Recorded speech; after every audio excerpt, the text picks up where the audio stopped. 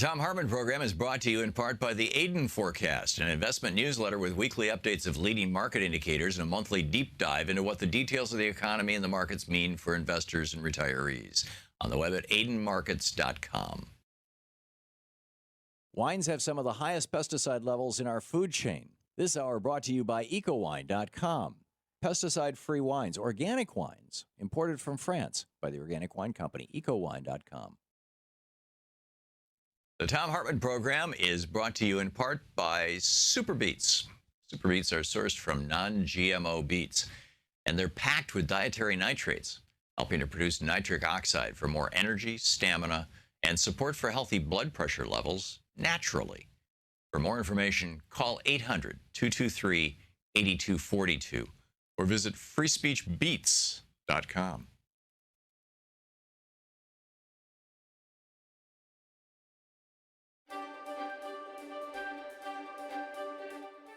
Welcome to the Thom Hartmann University Book Club. Today we're reading from The Prophet's Way, A Guide to Living in the Now, which is largely my autobiography, essentially, a spiritual autobiography. This is from page 68, the chapter Changing the World by Changing Ourselves. The summer I lived in a teepee, I thought a great deal about the monastic experience. I'd read Dark Night of the Soul by St. John of the Cross and several books by Thomas Merton. And throughout my life had been drawn to the idea of solitude as a way of speeding up spiritual experience and growth. And that had certainly been my experience in my semi-monastic summer. I received knowledge and insights that I doubt I could have gotten any other way. Before I went into the forest and lived in that teepee, I'd always considered the monastic experience to be both intensely personal and intensely selfish. A monk, I thought, was a person working on himself and only affecting him or herself. But that summer, I realized that my spiritual practice was having an effect on the world. I could feel it. It was as if the world itself had a particular vibration made up of the buzz of all the life upon and within it. And when I was peaceful, it made the world a bit more peaceful. When I was agitated, the world became more agitated. My conclusion from this admittedly subjective experience was that I really was affecting the world, that monks are spiritual warriors and that monasteries are places from which powerful beams of positive spiritual energy fan out from the men and women in them to transform and help the world. While not so common among the writings of contemporary monks, this view is clearly held by those people who chose the monastic life in the centuries and millennia preceding the last 100 years or so. And so I worked at making myself more pure so I could add purity to the world. But throughout this, there was also part of me that thought that this was a subjective experience, perhaps with no objective reality. It seemed on that level that it wasn't possible that I could be so closely connected to the world, that I could have any significant impact on it just by my state of being at any particular moment or throughout my life. Because it was me experiencing the world, then of course the world would change as I changed. My point of view is shifting or being contaminated by my own mental state at the moment. This assumption was the result of my training in science. Science is something unique to those cultures who were influenced by the Greeks or the Persians. In India, Chinese, and Native American cultures, there is no equivalent. They have philosophy and spirituality, which integrate what we call science with what we call mysticism. But in their classic traditions, they don't have what we would refer to as pure science. Two of the primary tenets of science are the things that things are ultimately divisible into tiny, definable building blocks, and then for there to be a true reality, the observer must be separate from the observed. In our dreams, we're both observer and observed. It's unreal. In daily life, we're the observer, and the things around us, separate from us, are the observed. So we think of them as real. In this worldview, the entire universe can be separated into pieces, the first and primary division being that of observer and observed, subjective and objective. Science believed, and Aristotle and Descartes and others taught, that if the subjective observer could rid himself of his personal and instrumentational subjectivity and identify all the relevant factors, then a truly objective truth about the world and reality could be seen, measured, and determined. This belief, accepted as an absolute truth and the underpinning of our modern culture, led to viewing humankind as separate from the natural world. The classic question, if a tree falls in the forest and there's nobody there to hear it as a sound made, assumes that nobody there to hear it means a human. Only humans, so the story went, were capable of classifying and separating things, breaking them into pieces, as Aristotle taught us, and understanding their separate meanings. Only humans would recognize sound as sound. But as science divided matter into smaller and smaller pieces, a disturbing trend began to emerge. It was found that supposedly inanimate matter seemed to be affected by the act of observing. The first response to this was Heisenberg's uncertainty principle, which stated that things were constantly in a state of flux. And so if anything were observed at any moment, by the time the observation itself was made, things had already changed. Therefore, it was impossible to ever truly and absolutely observe anything. Because by the time we'd registered the observation, by the time the photons of light had hit the retina of our eye, the thing we were observing had already changed. It was also noted that the act of observing was not purely passive. With an electron microscope, for example, electrons are bounced off of or passed through things to produce an image for viewing. Similarly, a conventional microscope only works when photons of light bounce off the specimen and into your eye. Light and electrons are bits of matter or energy that could have a demonstrable effect on the things being observed, further increasing the certainty of the accuracy of the observation. Heisenberg went so far as to say that the exact location of anything in time and space could never be known, regardless of method or instrumentation. So it seemed we really couldn't know anything as an absolute and real state. All we could do is engineering, working with things because they work, like electricity, even though we don't know how or why they work, which is in fact the case with electricity. This allows us to manipulate the world around us, to build machines and make things work, but it also leads to the dangerous assumption that to be able to use something is to know it. This is mirrored in human nature, too. We're constantly affected by our experience of life, and our experiences change our personality, our worldview, and our behaviors. And I'm not now the person I was before I met Herr Mueller, nor am I now the same person I was even a week ago or even 1 minute ago. We grow, change, and are constantly in a state of flux, and this provides us with an opportunity to develop the spiritual sides of ourselves, and by doing this, to make the entire planet more spiritual. So this aspect of the scientific approach turned out to be wrong. It was in fact not possible to separate the observer from the observed. The book is The Prophet's Way.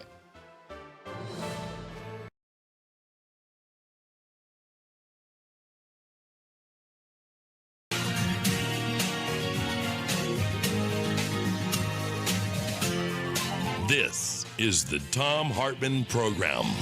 And greetings, my friends, patriots, lovers of democracy, truth, and justice, believers in peace, freedom, and the American way. Thom Hartmann here with you. It's Monday. That means we haven't been on the air for 2 days, which means there's a huge pile of stuff that has happened. Rolling down the road to fascism here in Trump land. It is amazing what is going on. There are so many things to go through. Actually, we'll start with probably the big national story here. There's two of them, actually. In fact, I'm going to start with a different one. I just watched Chris Kobach on CNN say that they think that they've got 6,000 people in New Hampshire who are voting in 2 states. Now, as Greg Palast has talked about on this program multiple times, and you can watch his documentary on this, in which he confronted Chris Kobach, who ran away from him. The documentary is called The Best Democracy Money Can Buy. You can watch it for $3 over at Amazon.com. Or you can buy the DVD for a little more than that. Or you can read his op-ed, his piece about it, his summary of it. It was published back in August, I think, or October of last year in Rolling Stone. Just, plug into a search engine, Greg Palast and Rolling Stone, and it'll pop right up. That what Chris Kobach has done is he's put together this giant database, giant nationwide voter database. All, voter records are all public records. So you can pull the voter records of any particular state if you just want to, cover the expenses of it. And he, the kind of right-wing money this guy gets, he can cover any expenses. And as Greg Palast points out, he says, Christine Hernandez in New Jersey must be the same as Christine Hernandez in Miami, even though the one in New Jersey has a different middle name than the one in Miami. And he's asserting, they're voting in 2 states.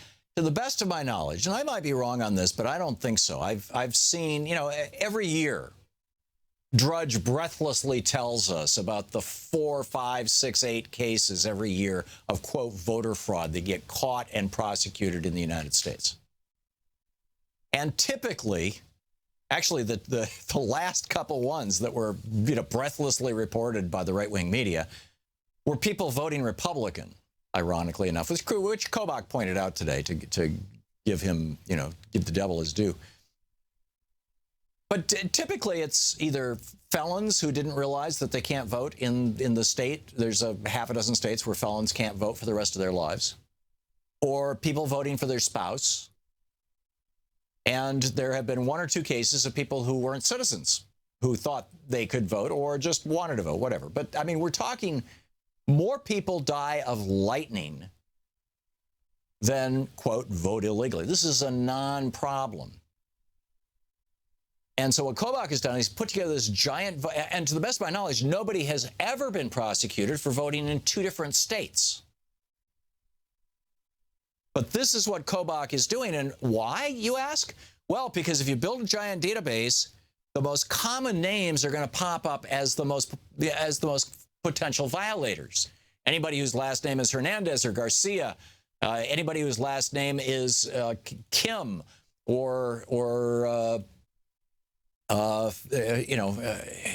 there's basically or Washington or Jackson or Jefferson.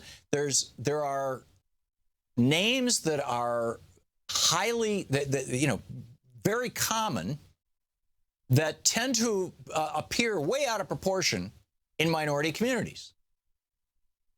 There's a lot more diversity of names among Caucasians, basically, because of, immigration from all kinds of different European countries that have different languages and different cultures and different names.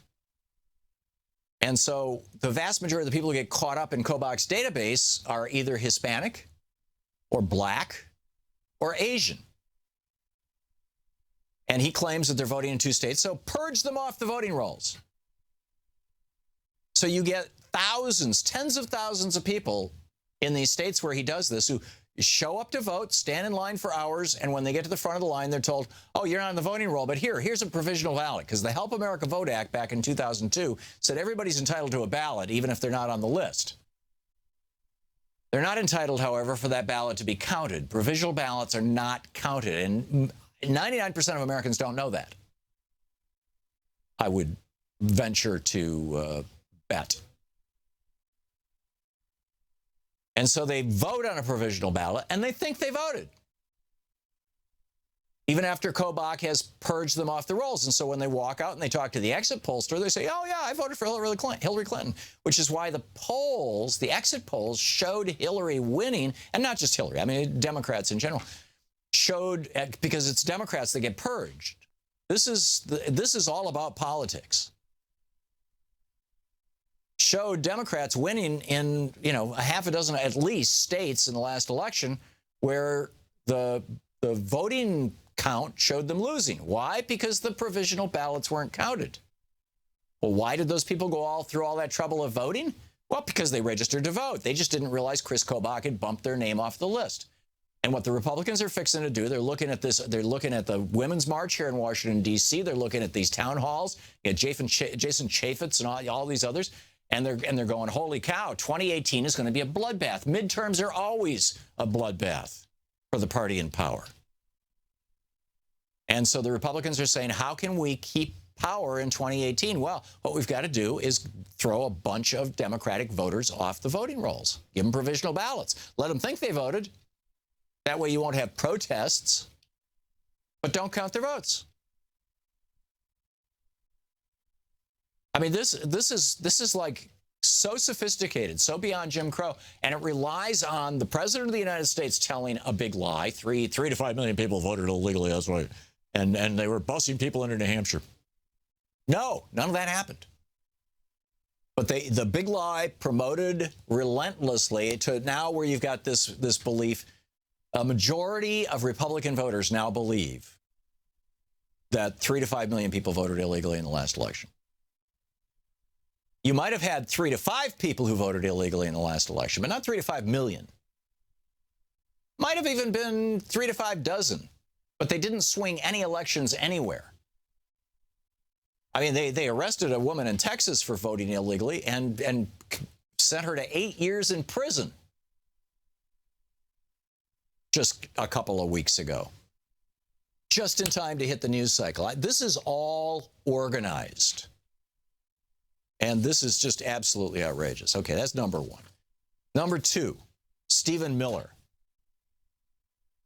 He's he's out there saying the president has basically, well, actually, here, let's hear it from himself. Here's Stephen Miller, by the way, is the senior White House advisor on domestic policy. He's the guy inside the White House who advises Trump on what to do inside the United States. Here it is.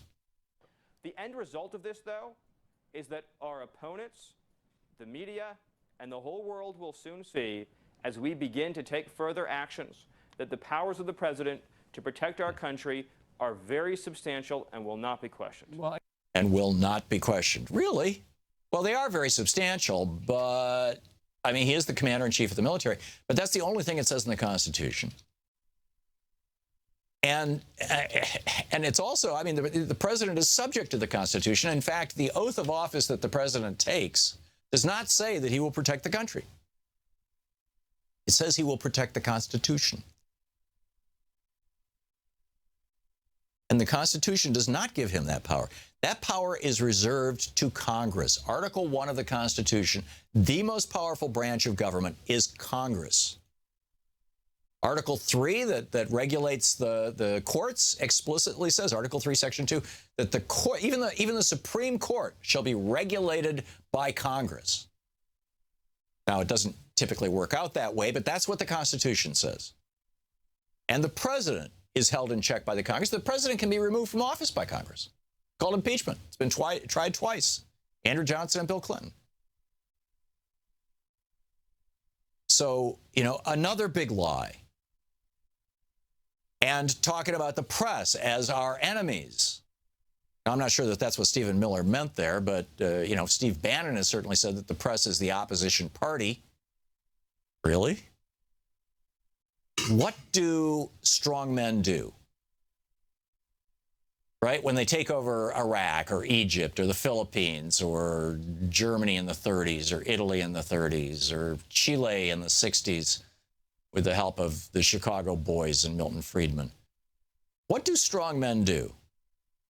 Typically, if they don't shut down the free press, they attack it repeatedly, constantly, to the point that a large portion of the electorate, at least those people who believe in the strongman, who like the strongman, don't believe what the press has to say.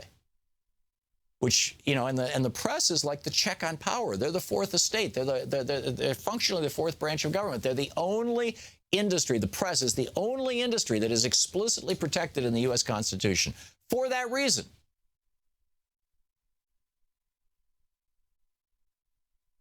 And this does not bode well for the future of our republic. You know, Ben Franklin, as they finished the Constitutional Convention and he was walking out, and I'm sorry, I've forgotten her name long ago, but there was a woman standing there and she said to Ben Franklin, she said, "Well, sir, what do we have?" And he said, "A republic, ma'am, if you can keep it."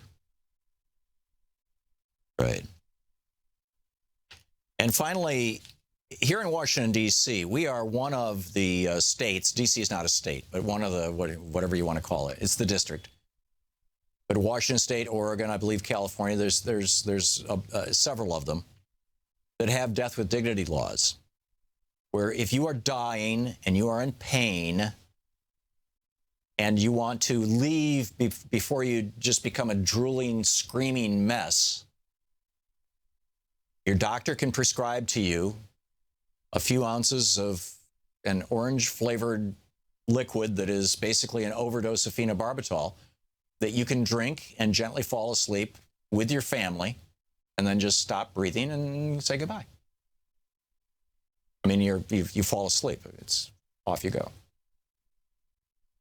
And Jason Chaffetz wrote an op-ed for the Washington Post a month or two ago saying this is a violation of life. Well, the Catholics are opposed to it. I get it. Jason Chaffetz is a Mormon, but probably the Mormons are opposed to it too. They're kind of tracking the Catholics in many regards. And so Congress, which has authority over Washington, D.C., is going to be voting tonight. Our death with dignity law takes effect March 1st. They're going to be, so they need to blow it up right now. So they're going to be voting tonight to do away with the death with dignity law here in Washington, D.C. And I would say that this is a national issue. If they can undo it here, it's the beginning, right? This is the beginning. This is the camel's nose under the tent flap. This is, you know, whatever metaphor you want to use for the beginning. So I would strongly suggest that you call your member of Congress, 202-224-3121. This isn't, the House of Representatives is voting tonight, then it goes to the Senate.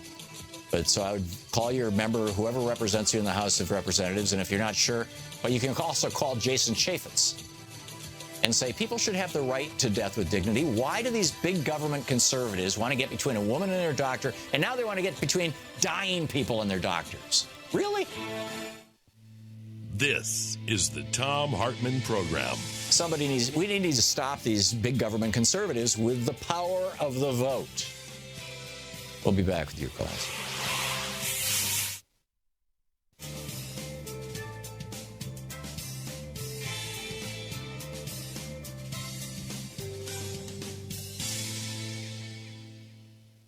And welcome back. 20 minutes past the hour. And John in Columbus, Montana. Hey, John, what's on your mind today? Hey, how you doing? Good. I'll be real short here with the question, and it frustrates me on the press, the networks, everybody. You know, we've had this issue of divestiture since before he won. We've had the income tax thing, no show up there with his showing his income tax. But the networks keep just pushing it aside, forget it, and they move on to what's only current. What's your take on this? How can the press be a little more responsible? And I'll hang up. Thank you. Yeah. Okay. Thanks a lot, John. This is a tough one because, you know, we have a media in the United States right now that is driven not by the facts, not by reality, but by clickbait, right? Hang on just a second here. I want to make a note to myself because I want to go off on a rant about this when we come back. And to hold the press accountable, it's like, you know, the press is now so highly concentrated. We're getting virtually all of our electronic, you know, our radio and television from, you know, 4 companies that basically control all of television, arguably 5, and 2 companies that basically control all of radio, or 3, or most of radio. And their sole loyalty now is to shareholder profits. So I honestly don't know a way to hold them accountable. And I'm going to rant about this a little more when we come back from the break. Bob in Oklahoma City, Oklahoma. Hey, Bob, what's on your mind? Thanks for watching Free Speech TV. Hi, Tom. I'm calling about General Flynn. Right. I believe that he hasn't resigned his commission as a 3-star general, and he's retired. Jurisdiction. Bob, he's retired. It doesn't mean he's resigned his commission. I think that. Are you a military officer? No, I'm a military enlisted man, retired myself. Okay, so, but because I've never been in the military, I don't understand the distinction you're describing. I thought that when you retired, I mean, you're eligible for a pension, but you no longer have the authority of that rank. Well, when we're talking about somebody going over to Russia and making contact with their government, while right. Well, apparently it was here in Washington, D.C. He talked to the Russian ambassador here in Washington, D.C. Okay, well, and it looks like he violated the Logan Act to me. I mean, private individuals, at that point in time, he was retired military. He was a private individual, and it's against the law for private individuals to engage in diplomacy with foreign nations. That's the Logan Act. Well, I understand that. And there's prisons associated with that. He's not really retired. He resigned he didn't resign his commission, to my knowledge, and that he could be recalled at any time. And you know, if I went and did violated a law, you know, federal law against, you know, military law, I'd be liable for that. I think that. Are you suggesting that he could be held to account under the UCMJ rather than under the Logan Act? Yes. Yeah. That's interesting. That's interesting. Again, I don't know enough about military law to be able to offer an informed opinion on that. But Bob, let me see if I can find something to corroborate that. Thanks a lot for the call, and thanks for watching Free Speech TV. We'll be right back.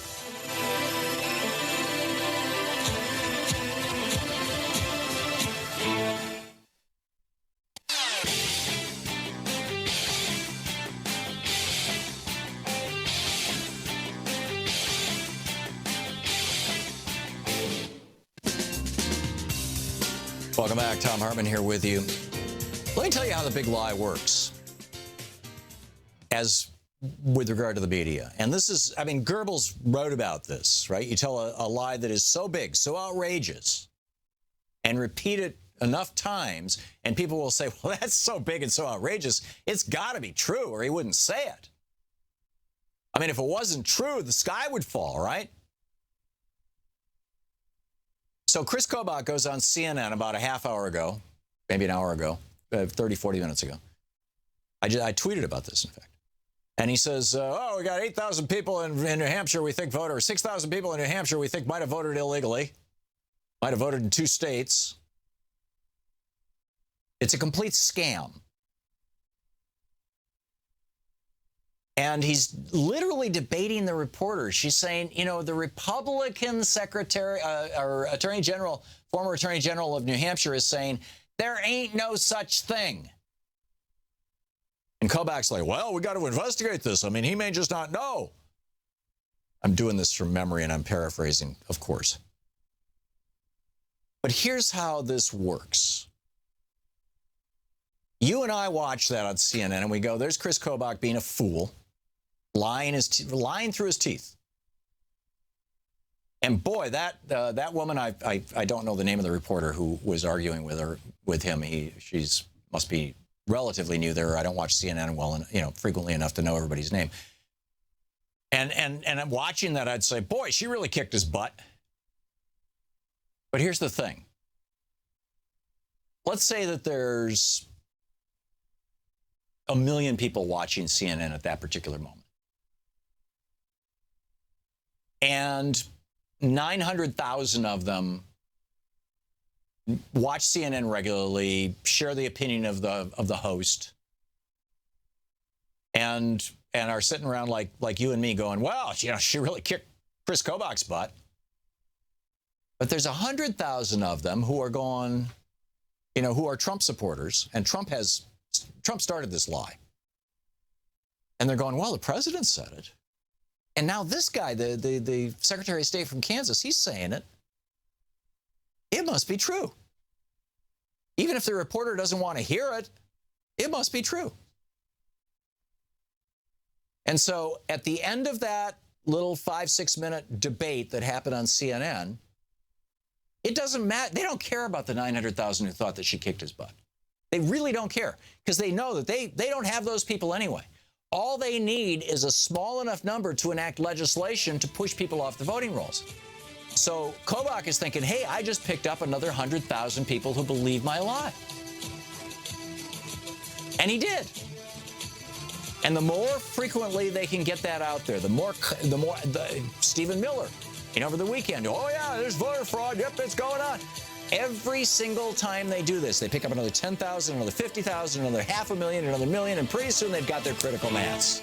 You're listening to the Thom Hartmann Program. Call 202-808-9925. And when they have their critical mass, they turn around and they pass these voter suppression laws, and you lose your right to vote, particularly if your skin is darker than mine.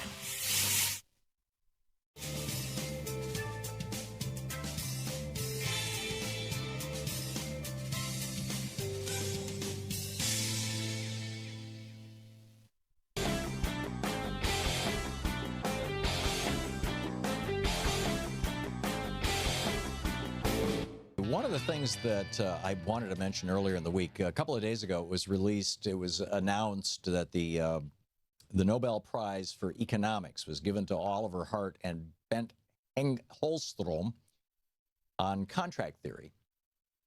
And there's, two kind of interesting things about this. The first is that there is really not a Nobel Prize in economics. Alfred Nobel never envisioned that. The foundation that he created to award the Nobel Peace Prize does not give out a prize in economics. It was created by a bank in Sweden back in the day so that they could give a Nobel Prize, in quotes. It's really the Nobel, it is the prize in economics in memory of Alfred Nobel, right? Not, I mean, he's dead, so you can't unauthorize it. Long dead. He's the guy who invented dynamite, TNT. And so, you know, it was originally created to be able to give a nice sounding prize and some credibility to what is today known as libertarian economics and supply side economics and right-wing economics and Republican economics and all that kind of stuff. And, you know, typically it's been used, it's been, you know, pretty much politicized. But here's what's interesting. This year's economics prize in memory of Alfred Nobel, and it's interesting, the only news agency that I've heard actually accurately report that, by the way, the actual name of the prize was NPR, for what it's worth, and me. But what they gave the prize for was a couple of guys who pointed out that privatizing things is stupid. That privatizing things, when they are appropriately part of the commons, they are appropriate functions of government, actually works to the detriment of both the government and the people. Doing what Bill Haslam wants to do in Tennessee. Doing what a Republican governor in Michigan did back a decade and a half ago or so. Doing, you know, what Republicans all across the country have been, you know, plugging and pushing and hyping. Privatization. Doing what Gary Johnson talks about. This is, actually, it's kind of a, he throws it out as a, you know, privatization is always better. But clip number 2, Danielle, here's Gary Johnson talking about this. Listen. Should President Obama's health care plan be repealed? Yes. Gun control sounds terrific, but at the end of the day, I think it makes this country less safe. Minimum wage is much to do about nothing. I look forward to that one. Just like every aspect of life, private can do it better than public. I do advocate eliminating income tax, corporate tax, eliminating the IRS. I don't know exactly what you mean by that. Yeah. So they've intersliced Bernie kind of commenting on Gary Johnson. This is from the Democratic Coalition Against Trump, this video. But this is The Guardian wrote Larry Elliott in The Guardian wrote a piece about this so-called Nobel Prize in economics. And he writes, this matters because there are too often conflicting forces at work when a government decides whether it should run its own services or whether it should privatize them. Improvements to quality and cost reduction. Hart's work, and he's talking about Oliver Hart, one of the 2 economists who won the prize. Hart's work shows that if the government's main priority is to improve quality, it should retain control, since private providers usually have too strong an incentive to cut costs. This can result in an unacceptable drop in quality. One example cited by Hart was the U.S. prison system, where a paper written almost 2 decades ago expressed concern about these in private hands. The U.S. government now accepts that conditions in privately run prisons are significantly worse than those in publicly owned and has decided to end their use. So our own federal government is figuring out, 40 years after Reagan first proposed essentially privatizing everything, and Gary Johnson is continuing that mantra, as are Paul Ryan and the institutional Republicans. And there's no doubt there's many areas where Donald Trump would say privatize it too, although he has broken with the Republican Party, which I find is fascinating, to say I'm not going to privatize Social Security or Medicare. Trump got this is an important thing to remember. Trump got the Republican nomination by taking Democratic Party positions, opposing free trade deals. Every single free trade deal that's passed Congress has been opposed by a majority of Democrats in the House, opposed by a majority of Democrats in the Senate, and supported by a majority of Republicans in the House and a majority of Republicans in the Senate. You wonder why Paul Ryan is upset with Donald Trump? Donald Trump wants to maintain Social Security, and he wants to he wants to kill the trade deals. These are Democratic positions. In fact, these are positions that Hillary Clinton is taking. Donald Trump and Hillary Clinton on the same side of the issue. And it's making the Republicans crazy. And now you've got a couple of guys winning the Nobel Prize pointing out that Paul Ryan and the institutional Republicans are completely wrong on this. That doesn't make Trump right. Trump just knows what the people want. He's pushing that button. It doesn't mean that he's truthful about what he's going to do. After all, he is a Republican.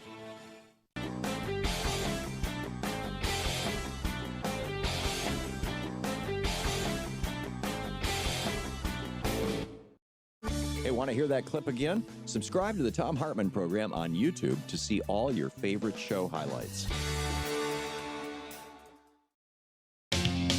Welcome back. Thom Hartmann here with you. And Laura in Champaign, Illinois. Hey, Laura, what's up? Hi, Tom. Thanks for taking my phone call. My pleasure. I have observed that election fraud has not risen to the top of our focus. Right, as opposed to voter fraud. You're absolutely right. Right.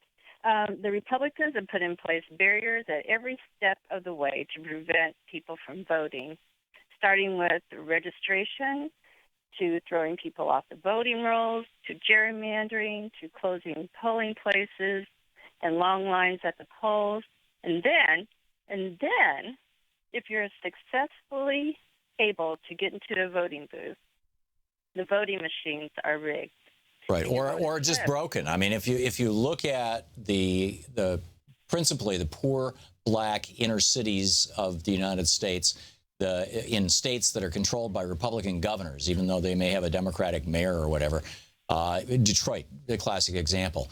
Because the voting machines didn't seem to work right in Detroit, there were 75,000 people who stood in line for hours and hours and hours, went in and voted. And then when they started doing that recount, what they found was that there were 75,000 people who just didn't even bother to vote for president. And it wasn't that they didn't vote for president. That would be crazy. It was that the voting machines they take the oldest, most broken down voting machines and toss them into the poor districts. Right. And if we don't remove these stumbling blocks, these barriers, then the Democrats are never going to have the majority in Congress again or hold the presidency again. I agree. No matter how much we protest, write letters, etc. You know that. I know that. Chris Kobach knows that. The Koch brothers who fund a lot of this stuff know that. And the Republican Party not only knows that, but has turned it into a religion. And that's why we need to expose it. And we also, frankly, I'm not sure how to lobby the media on this. But Chris, as I said, Chris Kobach going on CNN, mission accomplished. He didn't, he could lose the debate terribly. This is why conservatives will come on my show and debate climate change or abortion or whatever they want with me, is because they know that, they're not going to win the argument, and they're not going to even win the approval of the majority of my viewers or listeners. But if they can pick up another 10,000, if they can pick up another 50,000, if they can get if they can add to their minority, eventually it will become a majority. And they've been doing this for 50 years about how Social Security is going to fail any day now. They've been doing it forever. Medicare is, going bankrupt, et cetera, et cetera. There's no such thing as climate change. If they can just keep promoting the big lies over and over and over again, then every single time they do, regardless of the venue, even a hostile venue, they pick up a few more people. And that's their work. And we just have to be pushing back like crazy. We need to be getting people registered. We need to organize. Somebody on Twitter, I posted the thing about, Kobach was on CNN because, the Republicans know that the 2018 elections are coming, and the only way that they'll be able to hold on to power, particularly given the way that the nation is all up in arms right now, is by suppressing the Democratic vote. And that's what Chris Kobach is all about right now, and President Trump is leading the charge to make that happen. I tweeted that out, and somebody tweeted back to me, what can we do? And I tweeted back to that person, organize, and ourrevolution.com and indivisibleguide.com and pdamerica.org. We need to, and moveon.org. And, the list is, goes on and on. We need to organize. Laura, thank you for the call. Josh in American Fork, Utah. Hey, Josh, what's on your mind today? Hi, Tom. I was at Jason Chaffetz's town hall meeting, and I've heard you talk today just about what the press is doing to deride people in these town hall meetings. But I'm just wondering, what do we do to fight against that? I mean, here in Utah, the Democratic Party has come to just about zero legislative power. I mean, right. I'm only 19, but how do we fight against the press and otherwise?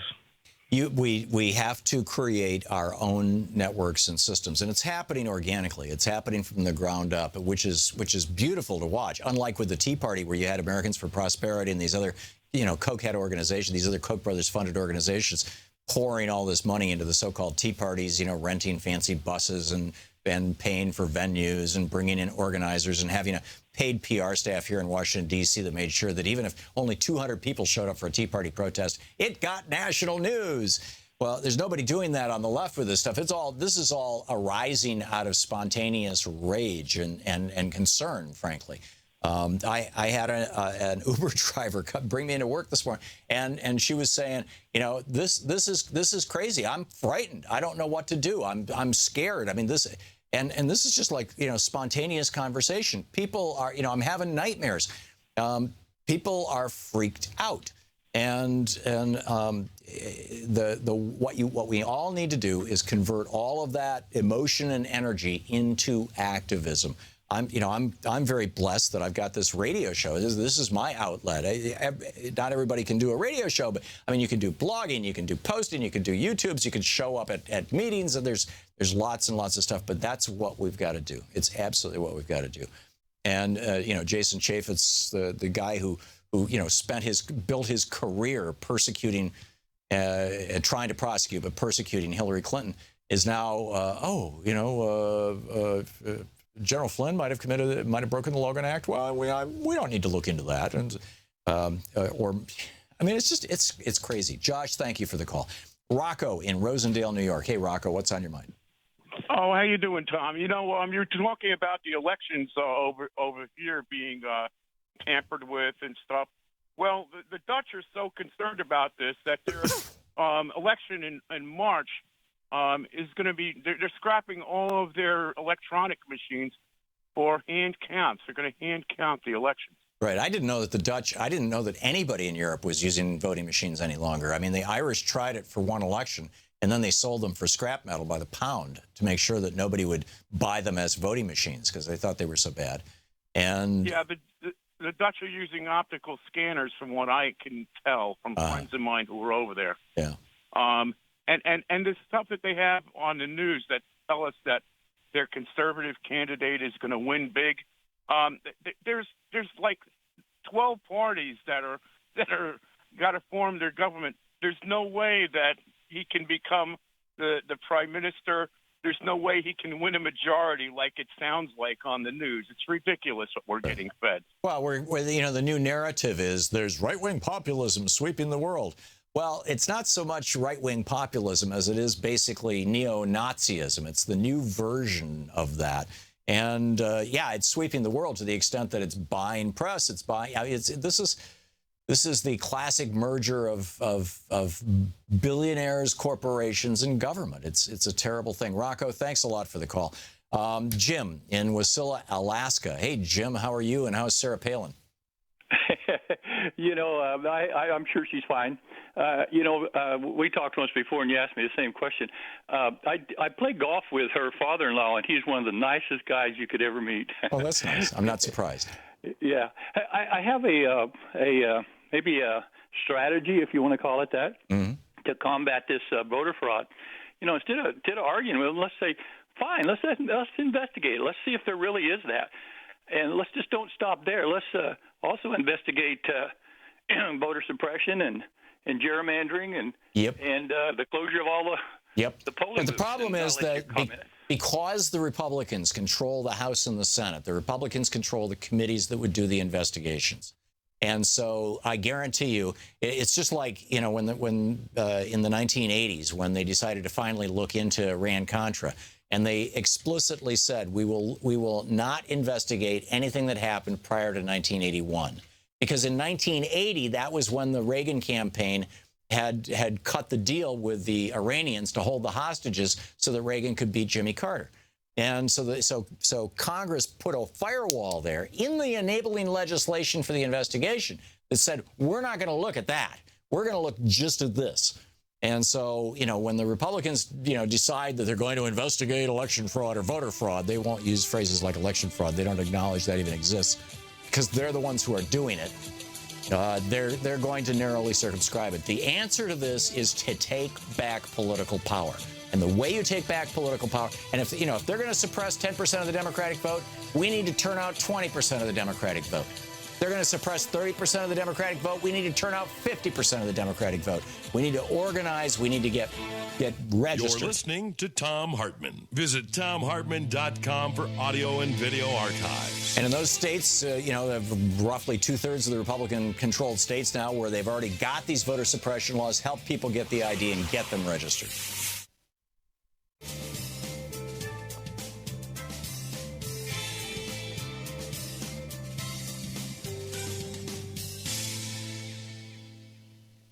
And welcome back. John in Minneapolis. Hey, John, what's on your mind? Thanks for watching Free Speech. Oh, you're welcome. Yeah, I just wanted to say, my experience with activism is just, very positive. And I think just working with other people for a common goal is a very healthy thing to do. Whereas when people are very discouraged, they isolate themselves, and I think they just feel that feeling of helplessness, which I also experience myself. I think all human beings do. But that's the real problem with these lies. When you tell a lie and you tell it big and you keep telling it, and they've been doing that, like you said, for years and years, it does permeate into people's minds, and I think they believe it. And, people get, particularly minority groups where they're being disenfranchised in this country, are very discouraged. I think if I, lived in some of those districts where they had one voting machine for like 100,000 people, I would feel the same way, or that my vote didn't count. I have a very common name, and if I was African American, I'm sure I could be one of those people who, lost the right to vote simply by accusation, not by fact. So, we have a lot of work to do, but you're absolutely right. This is the only thing we have left, because if we move to the next phase, which is an actual dictatorship, I can tell you, I know people that live through, those, and people were not only, they didn't express any political opinion, they were frightened to say anything. Which apparently is the state of the Republicans right now, John. You had Al Franken on TV the other night saying that he has actually talked with Republican senators who have told them they're concerned about Donald Trump's mental health, but they are afraid to say anything for fear that Donald Trump will start tweeting and destroy their political careers. Yeah. And, unfortunately, it's just like slander against a person. When people, tell these lies, it's believed, and it can actually do that. It can destroy a person's career just by accusation. And unfortunately, it's, Well, and Trump is fond of this. I mean, look at all the lawsuits he's engaged in. Look at all the lives that he has destroyed up to this point. And it's... He made that joke the other day. He was talking to some sheriff, and the sheriff from Texas, and the sheriff said, well, either Texas or Arizona. I'm pretty sure it was Texas. And the sheriff said, well, we've got a state senator down here who's working against us. And Trump said, well, what's his name? You want to give his name and I'll destroy him? I'll destroy his career was the phrase he used. Right. And the press reported it as a joke. I don't think people make jokes like that. No, they don't. And the press is culpable. I mean, and I hope that they change, because they are like Fox News. I call it Foxified. We have a Foxified population. I work at a hospital. I never listen to Fox myself, but I hear it there, and I have no choice. And I mean, it's amazing how many people that you would think, well, they seem pretty sane, and whatnot, and yet they have that on all the time. Right. And well, in many parts of the country, Fox is, basically the only news you can get, or the easiest news you can get, and they do it in such a professional way that it seems like, well, it must be true, right? I mean, look at the set. This is real television. This is a multi-billion-dollar network. This is, it's funded by a billionaire. It must be true. It's usually not. John, thanks a lot for the call. You're spot on. Absolutely spot on. We'll be right back.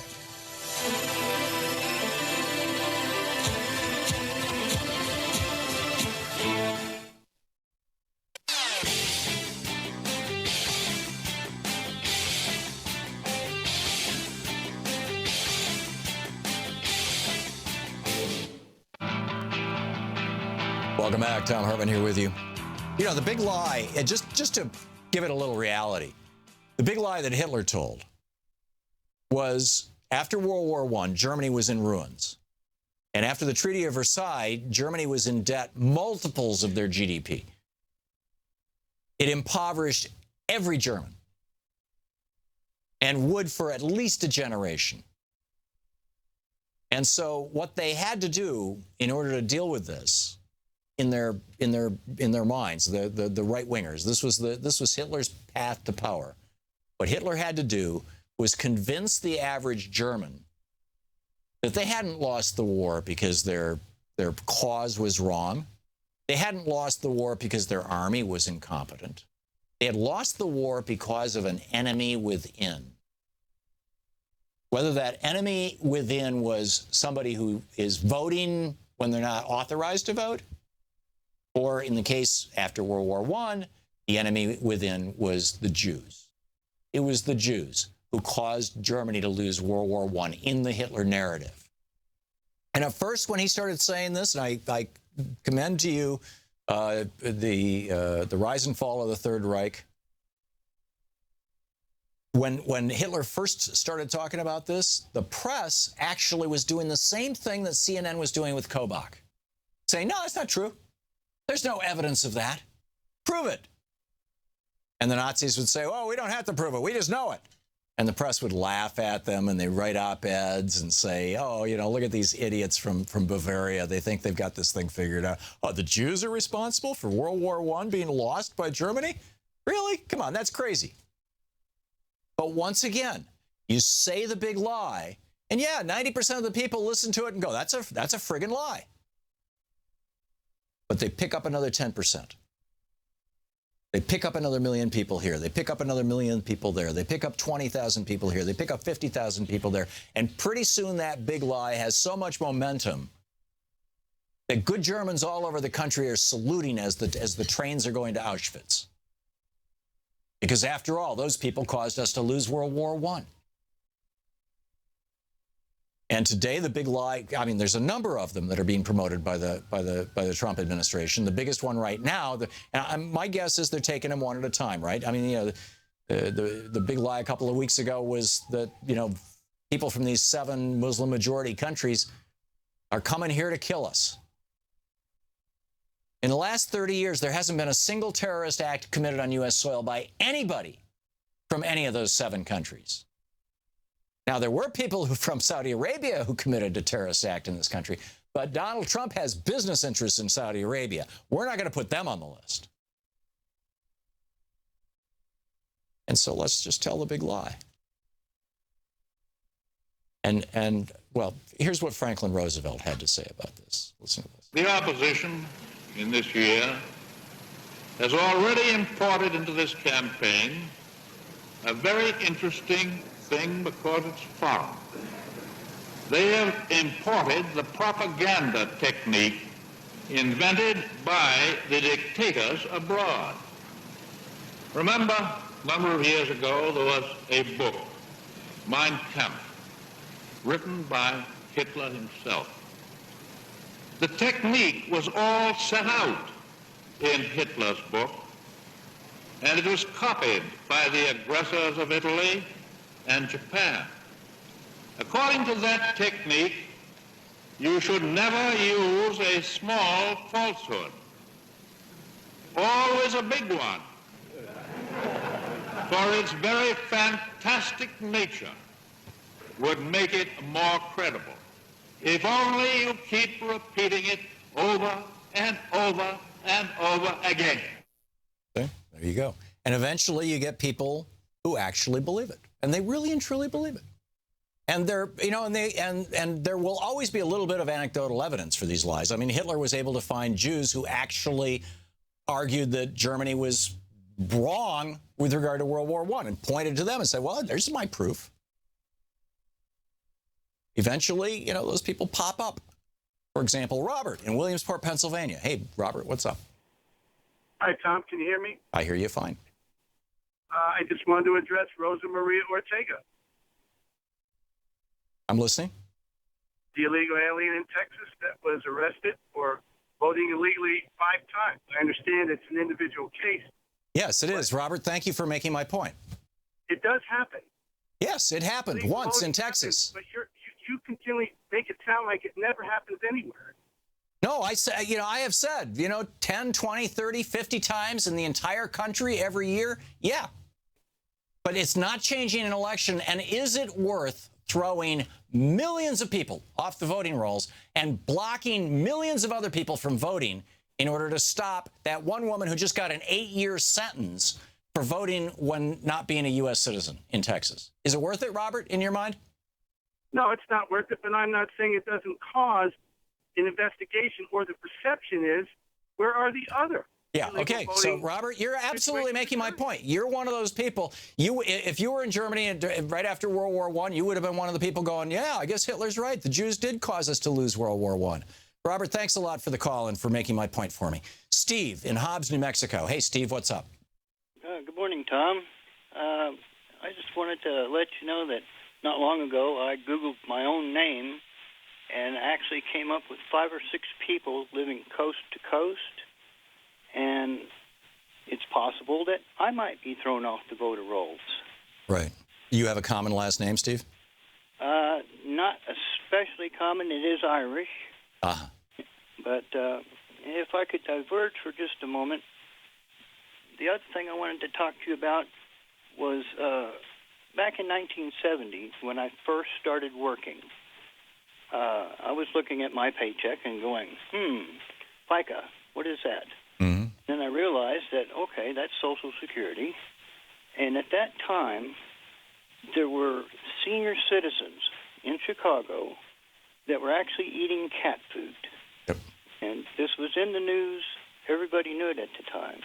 And at that time, I decided that FICA out of my check was worth anything to help those people not have to eat cat food. Well, and not only that, it's an investment in your own future. Yes, it is. And I'm enjoying that investment now. Good. So that's a very important point. Robert, thanks a lot for the call. Great to hear. Excuse me, Steve. Thank you very much for the call. Great to hear from you. Diana in Rockbridge, Ohio. Diana, we just have about a minute left until the end of this hour. What's up? Oh, real quick. Thank you. I was on a site, a pro-Trump site, and it had a thing on there about Trump has introduced a bill into Congress to do away with the Ninth Circuit Court. Diana, you were on a fake news site. Can he do that? No, he can't. He can't, and he hasn't, and that's fake news. Okay, thank you very much. Yeah, it's been bugging me all weekend. Thank you, welcome. and thank Sure. you for your service to us. My pleasure, Diana, and thanks for watching us on YouTube. This is where you need to kind of filter things. Yeah, there's going to be things said, that are just absolutely outrageous about both liberals and conservatives, about both Trump and Michael Moore, or me, for God's sake. But it's double check your. Diana was just doing that. She was calling me to double check it. There is no way that you can do away with the Ninth Circuit without. Well, Congress could do it. Congress can rearrange the courts. Congress essentially created the Ninth Circuit, but they're not going to do that. It ain't going to happen.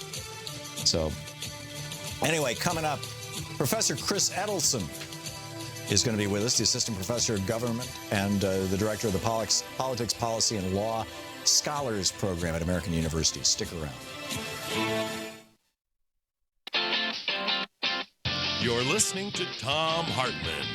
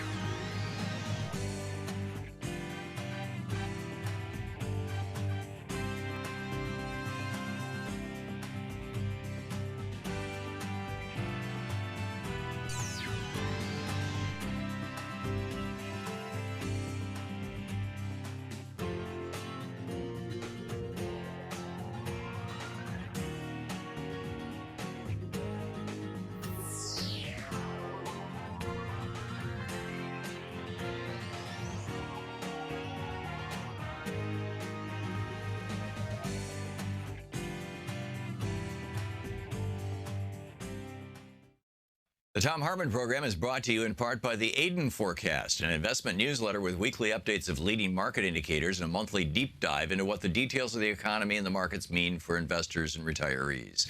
On the web at aidenmarkets.com. Wines have some of the highest pesticide levels in our food chain. This hour brought to you by ecowine.com. Pesticide-free wines, organic wines, imported from France by the Organic Wine Company, ecowine.com. The Thom Hartmann Program is brought to you in part by Super Beets. Super Beets are sourced from non-GMO beets, and they're packed with dietary nitrates, helping to produce nitric oxide for more energy, stamina, and support for healthy blood pressure levels naturally. For more information, call 800-223-8242 or visit freespeechbeets.com.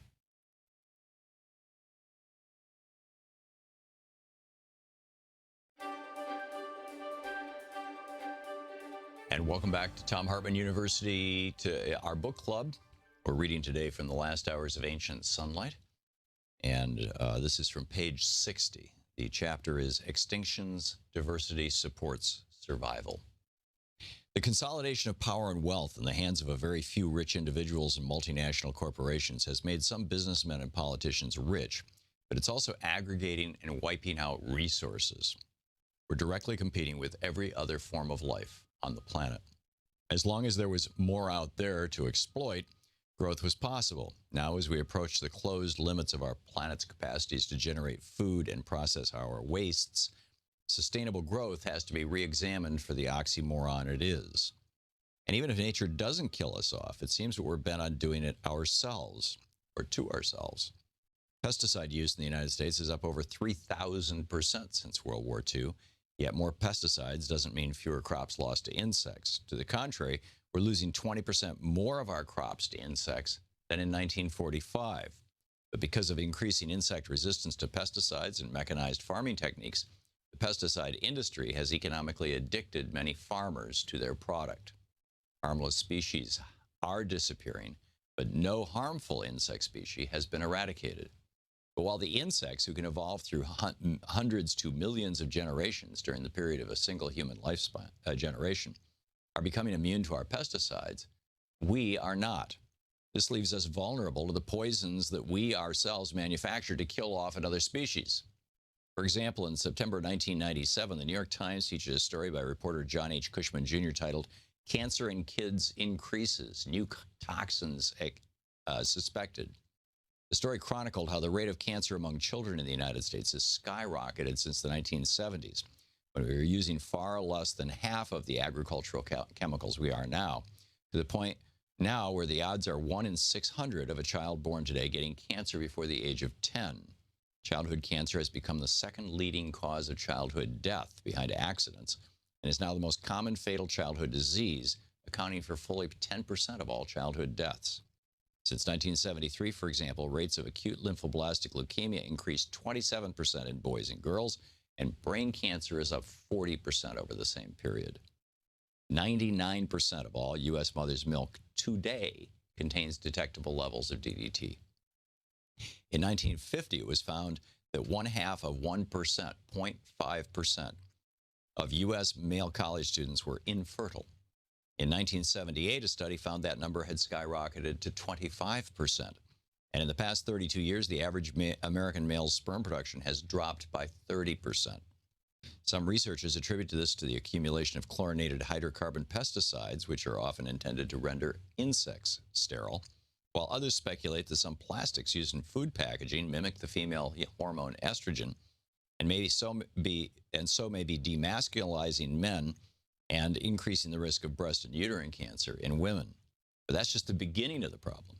In 1960, routine feeding of antibiotics to farm animals was virtually unknown. Antibiotic administration to meat animals has increased so much since then, however, that today over 55% of all antibiotics manufactured in the United States are put into animals or animal feed. This has turned our livestock into a vast breeding ground for antibiotic-resistant microorganisms. The American pharmaceutical and meat industries don't consider this a problem, nor do the politicians to whom they contribute millions of dollars a year, and continue to support the routine administration of these drugs to dairy and meat animals. But that stance is hardly supported by any common knowledge in science. The European Economic Community, the Common Market, has banned American meat products grown with antibiotics. Why? The research which so concerned the Europeans showed that in 1960, only 13% of American human staphylococcus infections were resistant to penicillin. By 1988, however, the number of penicillin-resistant staph infections in Americans had exploded to over 90%. Muppets creator Jim Henson was killed by such a drug-resistant infection, for example, despite his substantial wealth and his access to the most sophisticated and expensive healthcare system in the world. And it's not just on land. Ocean studies specialist James W. Porter of the University of Georgia points to the explosion of human viruses and bacteria filling the water of the planet's oceans, killing off coral reefs and spreading disease among humans and other life forms. He projects that 20 to 30% of coral reefs are at risk, with a 446% increase in infections just since 1996 among the reefs he has been monitoring off the Florida coast. University of South Florida researcher Joan B. Rose points out that between 20 and 24% of all people swimming in Florida's coastal beaches become infected with viruses, which can cause heart disease, ear infections, sore throats and eyes, meningitis, gastrointestinal disease, hepatitis, and diabetes. About 1%, she says, become chronically infected. Similarly, a sampling of shellfish from New York waters found over 40% infected with human pathogens. And a sampling of water from the Waikiki Beach in Hawaii found that more than a third of the samples tested were infected with human viruses. At the same time, Vermont ice cream manufacturer Ben & Jerry's is suing the government. They want to put on the label of their ice cream that the milk they use is from cows free of synthetic growth hormones, and it continues with that sort of story. So this is just, one piece of the last hours of ancient sunlight.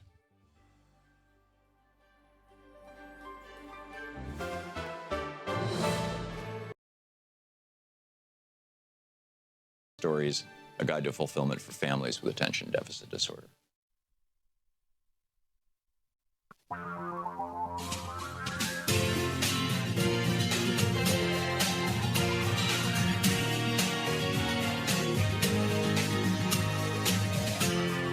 This is the Thom Hartmann Program. And welcome back. Thom Hartmann here with you, and I'm very pleased to have in the studio Chris Edelson. He's the Assistant Professor of Government and the Director of the Politics, Policy, and Law Scholars Program at American University here in Washington, D.C., the author of the book Power Without Constraint, the Post-9/11 Presidency and National Security. His website, Chris Edelson, E-D-E-L-S-O-N, Chris is C-H-R-I-S, chrisedelson.com, and you can tweet him at Chris Edelson. And Chris, welcome to the program. Oh, thank you so much. So pleased to have you with us. You wrote an op-ed titled Ordinary Americans Carried Out Inhumane Acts for Trump. Can you tell us about that? Yeah, I was just struck. I've said since the election, I don't want to make, I never want to let these people get to me, but this got to me, what happened in the airports a couple of weeks ago. I read accounts of children, a mother and two children being held for 20 hours without food. 65-year-old woman who's coming to visit her son in the U.S. military who was handcuffed, apparently, held for 33 hours. I cried. It's the first time I've cried since the election. It shocked me because what I realized was when you think of authoritarians, you think of, like kind of madman on the balcony, like Mussolini or Hitler carrying things out, but they need underlings to do this for them. And we found them a couple of weeks ago. There were people, ordinary people, who got up that day. Good Germans in the context of World War II. Yes, I know there's a book, Hitler's Willing Executioners. I've not read it, but it makes the same argument. Exactly. I mean, these are ordinary. The Milgram experiment I mentioned in my article. There are people who will, when they're told to do things, they will generally do it. And I can understand it. You have a job. You may depend on that job. You probably do for a paycheck from week to week. And someone tells you to do something, whether it's checking people's bags or detaining small children for 20 hours, you do it. But the cruelty of it really shocked me, and I think it needs to be highlighted. Yeah, it's like cruelty from the top down, but sometimes, I mean, if you look at these mass movements, like the Nazi movement or the fascist movement in Italy, I believe it was called the fascist movement in Spain in the 30s. Yes. I'm not sure what Pinochet's movement was called, but you look at that, but he was not alone. I mean, even though he had Milton Friedman and the Chicago schoolboys there helping him out, it was, there were a lot of willing Chileans, and it's the real barbarity very often apparently doesn't exist at the top. I mean, we know now that Hitler signed off on the final solution and all that kind of stuff, but it was embraced so enthusiastically by people at the bottom. What is the broken gear in our brains that leads us to this sort of thing?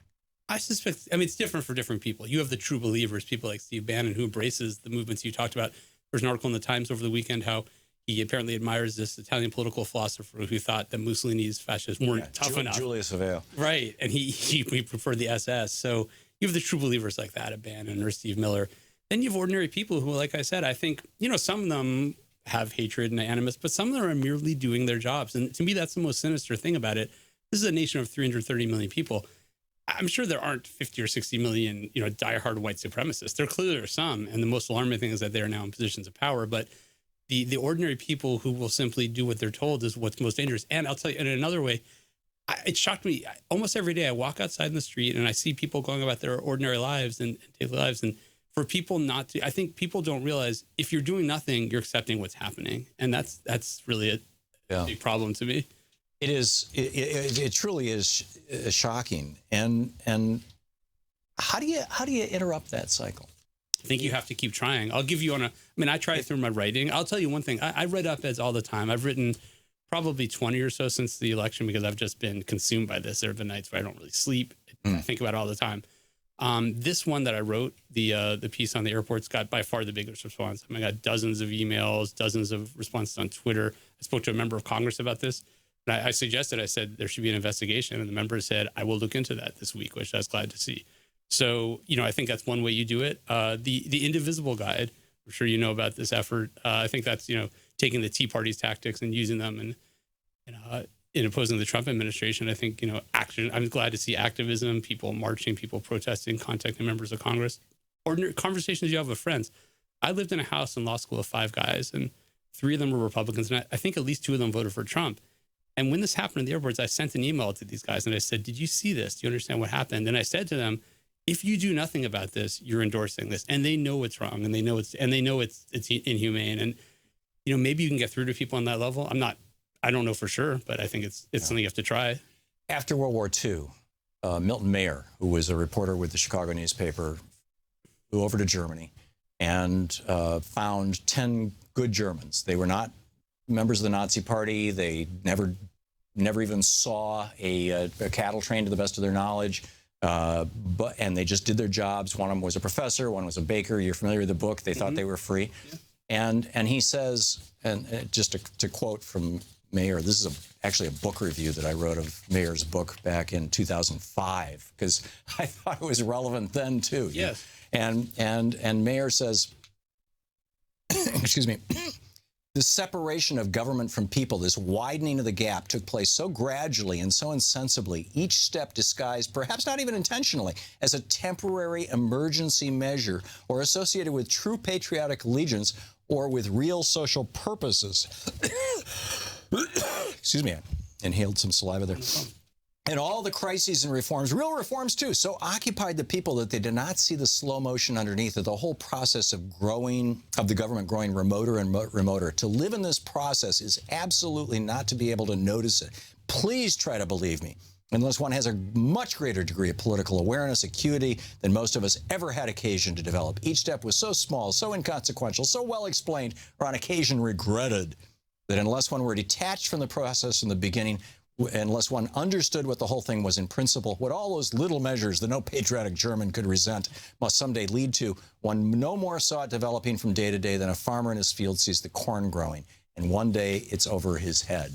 How do we, are we in a better position than the Germans were, in as much as the Germans didn't have the Germans to point to? I mean, when Hitler was rising in Germany, they couldn't say, well, back in 1870, Otto von what's-his-name, did the exact same. Well, now we've got people saying, hey, wait a minute, we can learn lessons from this. Does this help us? Or maybe. I'll say, first of all, the words you just read are absolutely chilling because we're living through that. And most people, the vast majority of people, I think, not to discount the people who understand this, and we see them in the marches and the calls they're making to Congress, but most people are living their ordinary lives right now. They're going to school, sending their kids to school, going to soccer practice. It's absolutely chilling to see this happen. And I'll tell you what worries me most is that, and Trump has signaled this already, if there's a crisis or an emergency, he will exploit it and take it to the next level. Much in the way that Hitler with the made-up Reichstag fire. It's really chilling. So and he'll blame it on the courts. In fact, back to Milton Mayer, he says, and then one day, too late, your principles, if you were ever sensible of them, all rush in on them. The burden of self-deception has grown too heavy, and some minor incident, in my case, my little boy, hardly more than a baby, saying Jew, swine, collapses it all at once, and you see that everything has changed, and changed completely under your nose. The world you live in, your nation, your people, is not the world you thought you were in at all. And to your point, Chris, the forms are all there, all untouched, all reassuring. Exactly. The houses, the shops, the jobs, the meal times, the visits, the concerts, the cinema, the holidays, but the spirit, which you never noticed because you made the lifelong mistake of identifying with the forms, is changed. And now you live in a world of hate and fear. And the people who hate and fear do not even know it themselves. When everyone is transformed, no one is transformed. Now you live in a system which rules without responsibility even to God. Yes. How far from this are we? Some of that's already happened. I mean, it just hasn't. Certainly the philosophy is there. You hear Stephen Miller over the weekend saying things like the president's power cannot be questioned. Right. These are people speaking in authoritarian language. And so far, I think what Trump is doing is he's saying, I will do things. I will decide what's right and what's wrong. I'll decide what the law means, and I dare you to stop me. I was encouraged to see the court decisions, the Ninth Circuit, for instance, but it's not enough. We need I'm going crazy waiting for members of Congress. You mentioned before Al Franken talking to Republican members of Congress, and I'm sure this is right. They know Trump is crazy. Of course they do. Any sane person does. That they do nothing is utterly shameful, and will be. I hope that there is a history that looks back on this. If there is, it will record that as moral cowardice and political cowardice. I had Dr. Justin Frank on my show a couple weeks ago. He wrote He wrote Bush on the Couch and Obama on the Couch. Yeah, I've heard of those. He's a professor of psychiatry here in Washington, D.C., and basically diagnosing the presidents. And he expressed on this program basically a fear about writing a book about Trump. And this is what I do for a living. I get death threats for a living, but it has certainly changed in tone and tempo, as it did, frankly, when George W. Bush was elected. I've been doing this show for 14, 15 years, and are you concerned? Sure. I mean, I do too. So look. I just write op-eds. I teach at American University. Nobody knows me. For the first time in my life, I've gotten anti-Semitic emails and tweets. It's chilling. Not death threats. Because you're Jewish? Yeah. So what happens is I'll write things about Trump. And this has happened on a much larger scale to other people. I don't mean to suggest what for me is minor. But yeah, I'm Jewish. And so people will write things like, this Jew Edelson is writing this thing, these conniving Jews. One person said, like, oh, the vaunted Ashkenazi intellect. Somebody sent me a picture on Twitter, posted a picture of Joseph Goebbels with a statement under, an anti-Semitic statement under it. So much worse happens. The Anti-Defamation League did a report before the election. People should have noticed this before the election, showing death threats against Jewish journalists. So yeah, I mean, this has to be taken very, very seriously. And I'm going to keep working at this, and I know you are too. But at a certain point, it gets too late, and the urgency cannot be overemphasized. Yeah, this is serious stuff, and we all have to take it seriously. And it's so easy to make jokes about, oh, they're just crazy. They're not crazy. They're crazy like a fox. Yeah. This is an old playbook that is being repeated, whether it's being repeated intentionally or whether it's being repeated simply because it's just the natural thing for authoritarians to do. Someone like Bannon, I think, is very conscious about this. Oh, he's clearly. Professor Chris Edelson, Assistant Professor of Government and the Director of the Politics, Policy, and Law Scholars Program at American University. Hang on just a second. This is the Thom Hartmann Program. And his website is Chris Edelson, EDELSON.com, and you can tweet him at Chris, CHRIS, Edelson, EDELSON. Chris, thanks so much. Oh, thank you very much. I appreciate it. Great having you with us.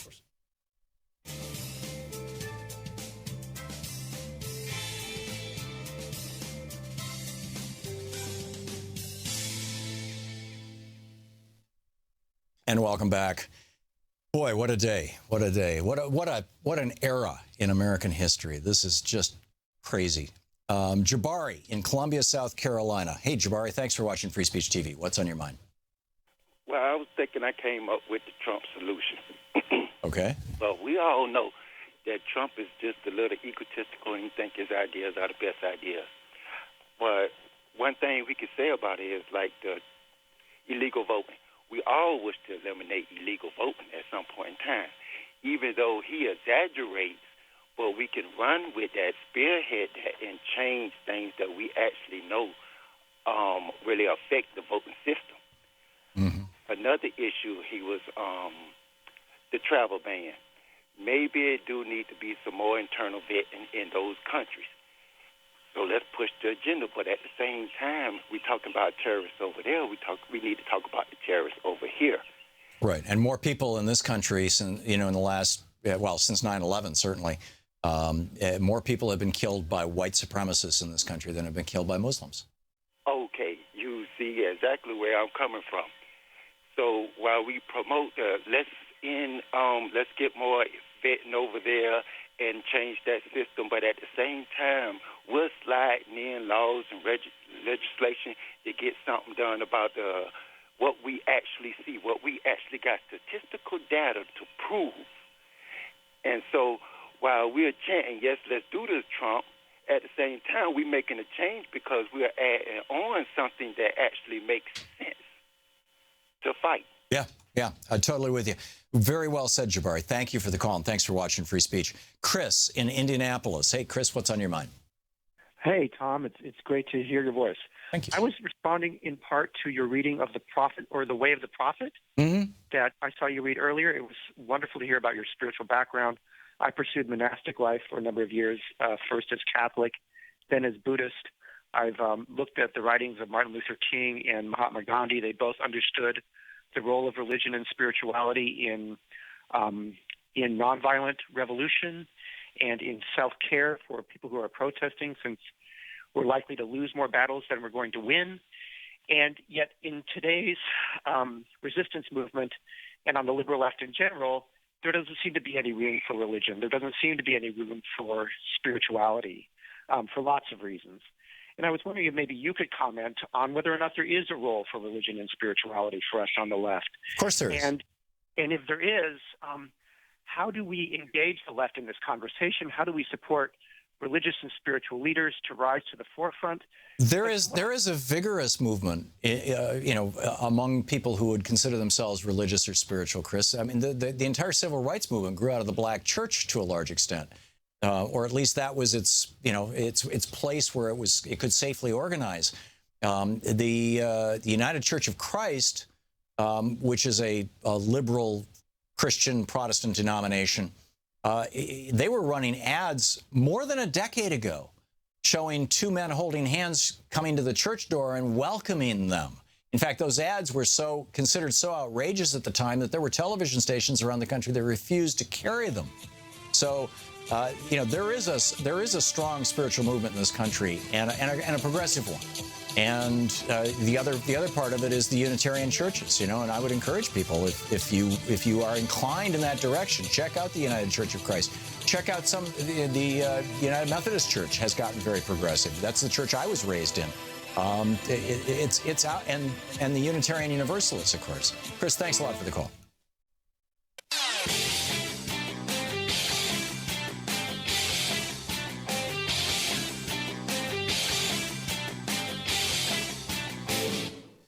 This year's election results have generated fear, sadness, and despair. In the days and months ahead, our democracy may face a crisis of historic proportions. But there is good news. There is good news. There is good news. Thousands of people are stepping forward in solidarity, resistance, and resolve.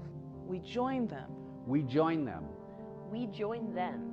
In standing with the most vulnerable communities among us. Those most likely to be targeted by new restrictions and policies. We will tell their stories here. Here on Free Speech TV.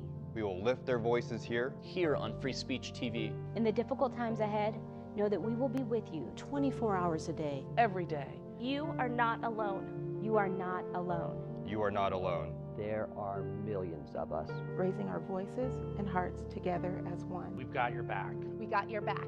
Free Speech TV's got your back. The revolution is in progress.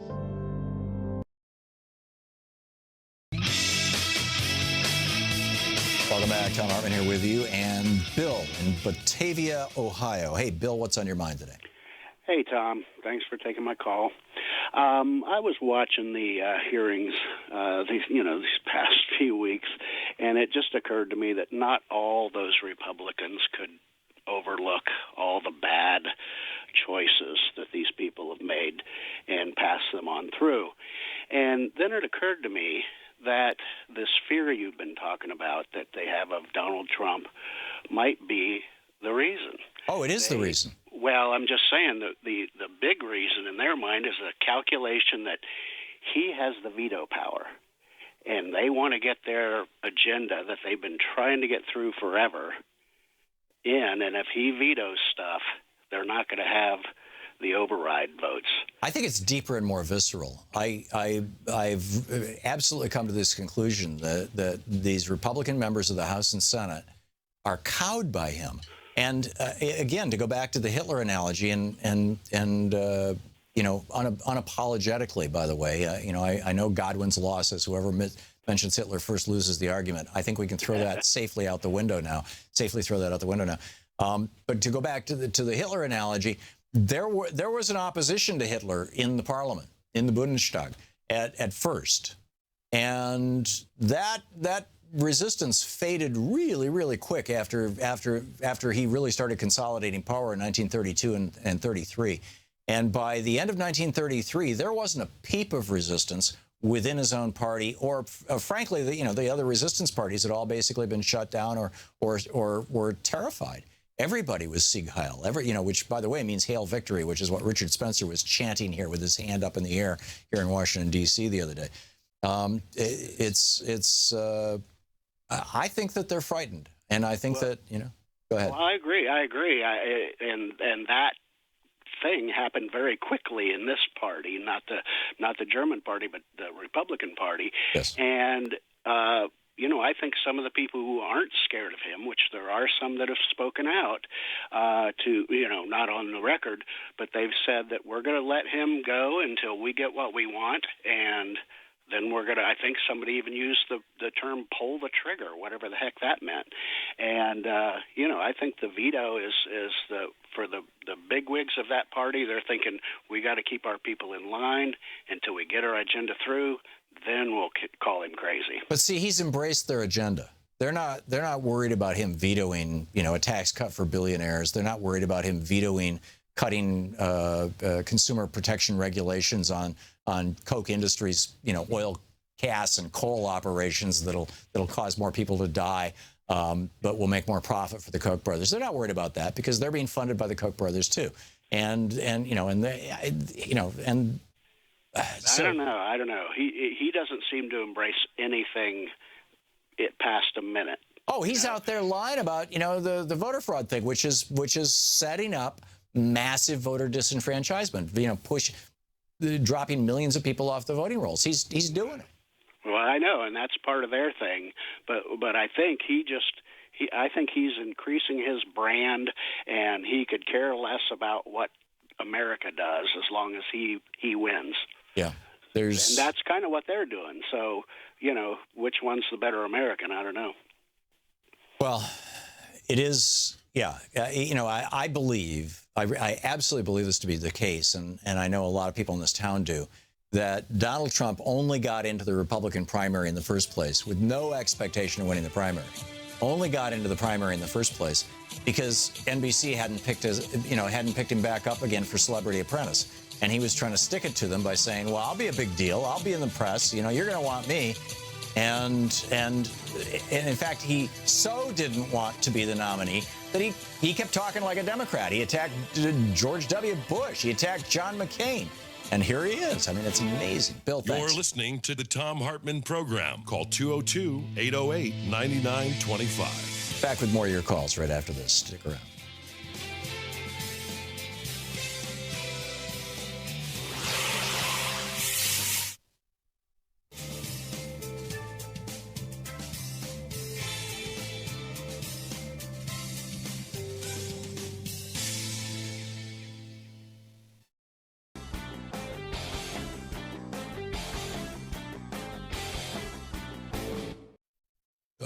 If you want to have that, because of the climate crisis, because we are looking at mass dislocation of hundreds of millions, billions of people over the next generation, which will almost certainly lead to wars and crises and famines and diseases. And I mean, some serious stuff is coming down the road as a result of the climate crisis, which, is only gently being addressed, particularly in the United States.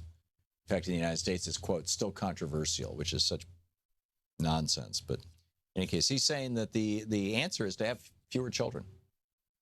He's like, I'm not going to bring, multiple kids into this world.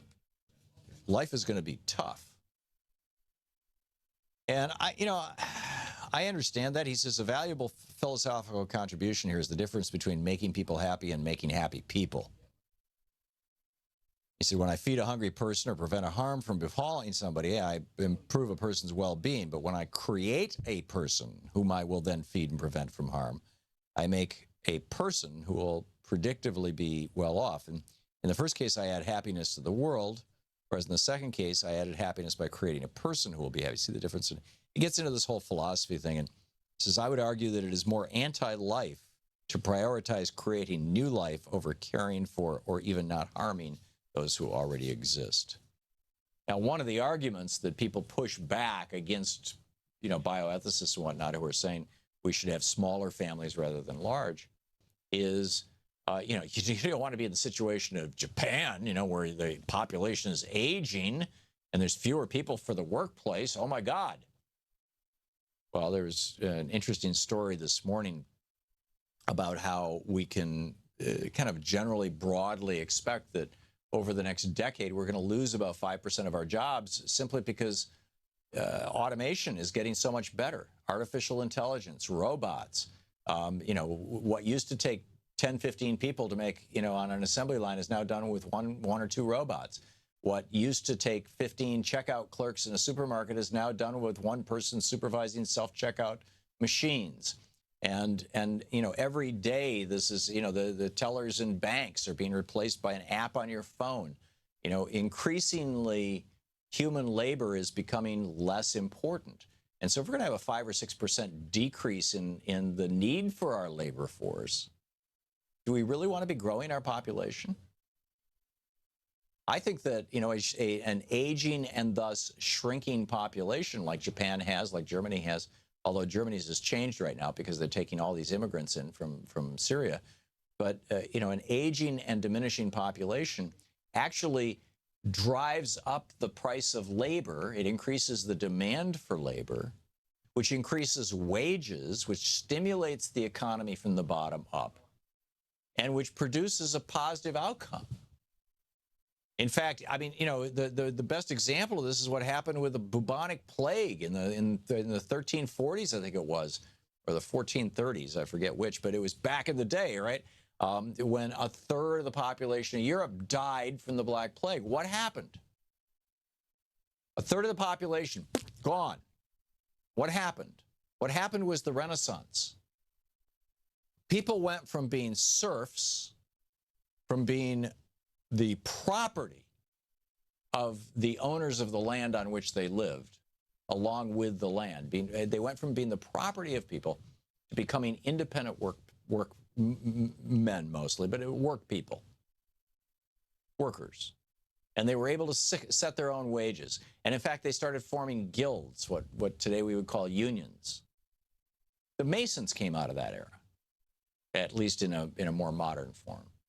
And as people were able to charge more for their labor, because there was more demand for labor, because a third of the population was dead, people were able to charge more for their labor. People were able to work fewer hours and have more leisure time. And what did they do with that leisure time? They invented democracy. They invented music. I mean, they didn't invent this stuff, right? But it was like, all this brilliant writing that came out of the Renaissance, the art that came out of the Renaissance, the music that came out of the Renaissance, the cultural transformation that came out of the Renaissance, that all set the stage for the Enlightenment, which was just 4 generations, just 100 years later, coming along again as a consequence of a change in the dynamic between labor and the labor market. It wasn't because a bunch of people died off the Enlightenment. The Enlightenment came about in large part because new lands were being discovered that could be exploited in Africa and in the Americas, and great wealth was being taken back to Europe. It was the Enlightenment, you could say, was this wonderful thing that helped bring about the United States, but it happened because the white Europeans were able to rob, rape, and pillage North America, Central America, South America, and Africa. But it came about as a result of a change in those labor markets. So should we have fewer people? Is that an obligation? Is that an ethical thing to have fewer children? You're listening to the Thom Hartmann Program.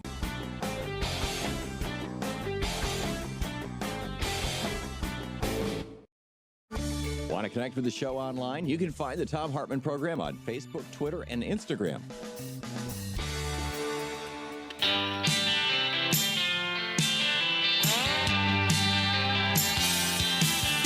Welcome back. Thom Hartmann here with you. Boy, what a day.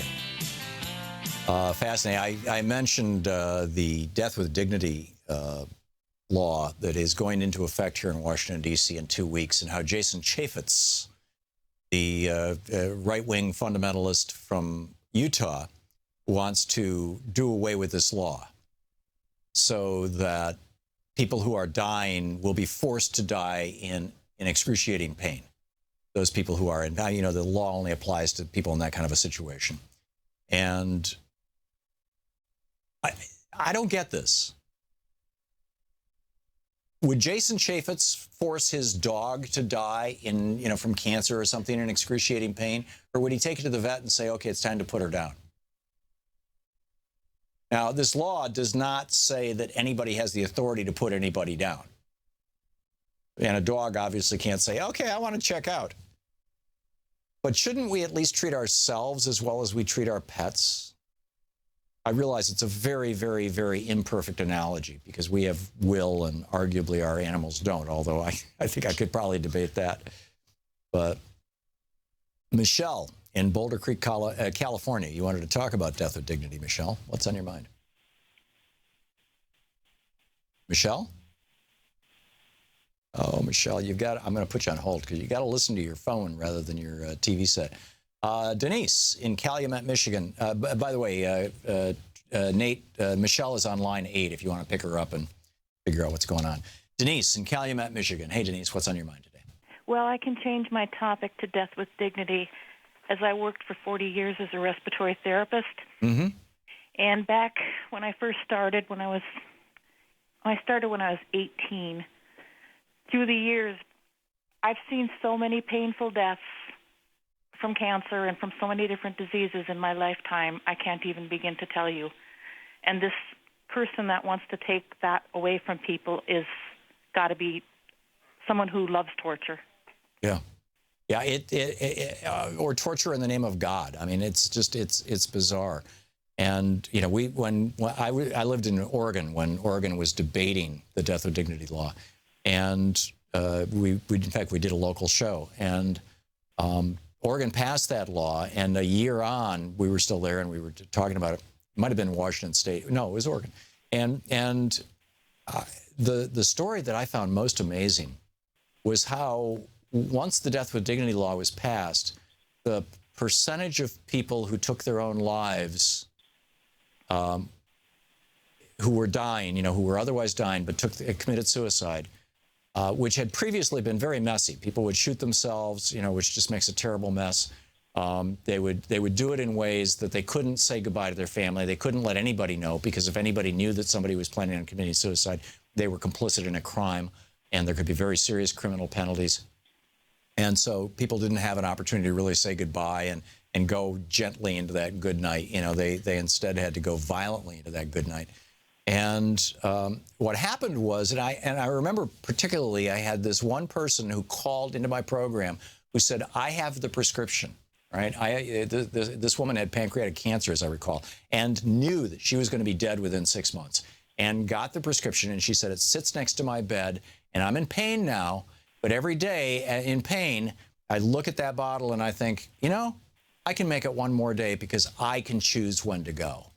And she ended up, and many of these people, the suicide rate actually went down, including the people who were using the medication to commit suicide. It actually went down because people felt power. They now had a reasonable control over when to end their own lives in a way that was transparent and that was, with their families. It's actually, an incredibly humane law. Denise, thank you for your testimony. Thanks for the call. Michelle in Boulder Creek, California. You want to try it again, Michelle? Apparently not. Okay. Jeff in San Francisco. Hey, Jeff, what's on your mind today? I'm on a group trying to get single payer in California. Mm-hmm. And so I'm trying to get active that way. I think it's something I'm empowered to. And there's several groups out, and I set up a Facebook page. Right, and if any state could easily do it, California's at the top of the list. They've got a large enough population to create a rapid critical mass. That was the problem Vermont had. Vermont actually passed the law, and then they couldn't do it because there's only 600,000 people in the state. It's not a big enough group of people to have that kind of critical mass that you need. Yeah, we have a bigger GDP than Canada and about the same population, so it's kind of a no-brainer. Yeah. And I also bought your book, and I'm enjoying reading it, how to rebooting the American dream. And great. I just want to give a shout-out to that. So thanks a lot. Thank you, Jeff. Thanks a lot for the call. Dave in Radcliffe, Kentucky. Hey, Dave, what's on your mind today? Hey, not too much, Tom. Hey, before I get to my point, I want to say one thing to show that I'm not a complete paranoid nut. The two things happened during the Bush administration that were very mundane here in America, but got the attention of other powers around the world. One was the United States, said it's okay to target powerful individuals during a war. The other thing was we started using money as the regulations, money as a weapon system. We started weaponizing money. Mm-hmm. And those, for a fact, that got other people's attention. And you're talking about sanctions. Well, more than just sanctions. I mean, in Iraq, we were paying people not to create IEDs, for instance. Oh, yeah. And this got, very mundane in America. But here's what worries me with Trump, and this is where the paranoia part comes in, all right? And the influence, Russia or Beijing may be trying to exert over President Trump. It may be simply to alter those changes that were made during the Bush administration, all right? Now, that's what I originally thought. And, I see that. I get that. That's logical. But I'm backtracking on that now because over the weekend, I don't know if you noticed, but apparently it is confirmed that Russia, in order to curry favor with the Trump administration, is offering to return Edward Snowden. That has, A, not been confirmed, and B, the Russian foreign minister, I believe it was, either late yesterday or early today, came out and said, no, we're not considering that. Well, the reason why that concerns me, even that the topic's even being brought up, is that I believe they're not done with exerting influence over the Trump administration. I don't think changing a few policies is the objective. Oh, wait a minute. The thing that the Russian foreign minister came out and said, no, we didn't do, was talk with Michael Flynn about sanctions. That I may have my details mixed up on that. It may be that they have not denied the Snowden thing. I'm not sure, actually, now that I think about it. Okay, well, Snowden released a statement saying that this proves that, he wasn't an actual agent for the Russians, et cetera, et cetera. Oh, obviously. I guess his lawyer said he doesn't know. I guess his Russian lawyer says he doesn't know anything about it. But I can't remember the source. I don't know if it was Newsweek. I forget who it was. But they did say that Russia, that they had verified that Russian diplomats were kicking around the idea of returning Snowden in exchange for favor with the Trump administration. Yeah, which is unfortunate, shall we say. Dave, thanks for the call. Thanks for listening to Sirius XM. Jackie in Philadelphia. Hey, Jackie, what's up? Well, I wanted to call about the death with dignity, how we were talking to killing our father, which is what we did. Jackie, I can hardly hear you. Can you get closer to your microphone? Oh, I took it off a speaker, yeah. Thank you. There we go. So my father was in the hospital, and he was not doing well. Had a lot of things wrong with him. Congestive heart failure, a lot of things. Mm-hmm. And he had an incident where he lost consciousness in the hospital. They called it the episode. Couldn't tell us why. Didn't think he was going to regain consciousness. They said that he has a golf ball-sized lump of cancer in his throat. In a couple months, he'll be in really bad shape. Since he's in this condition now, how about we just, he needs oxygen to breathe. How about if we just stop giving him oxygen, and eventually, he'll pass away because in a couple months, your father will be failing. But at the time, my father could have got up and, so he did regain consciousness.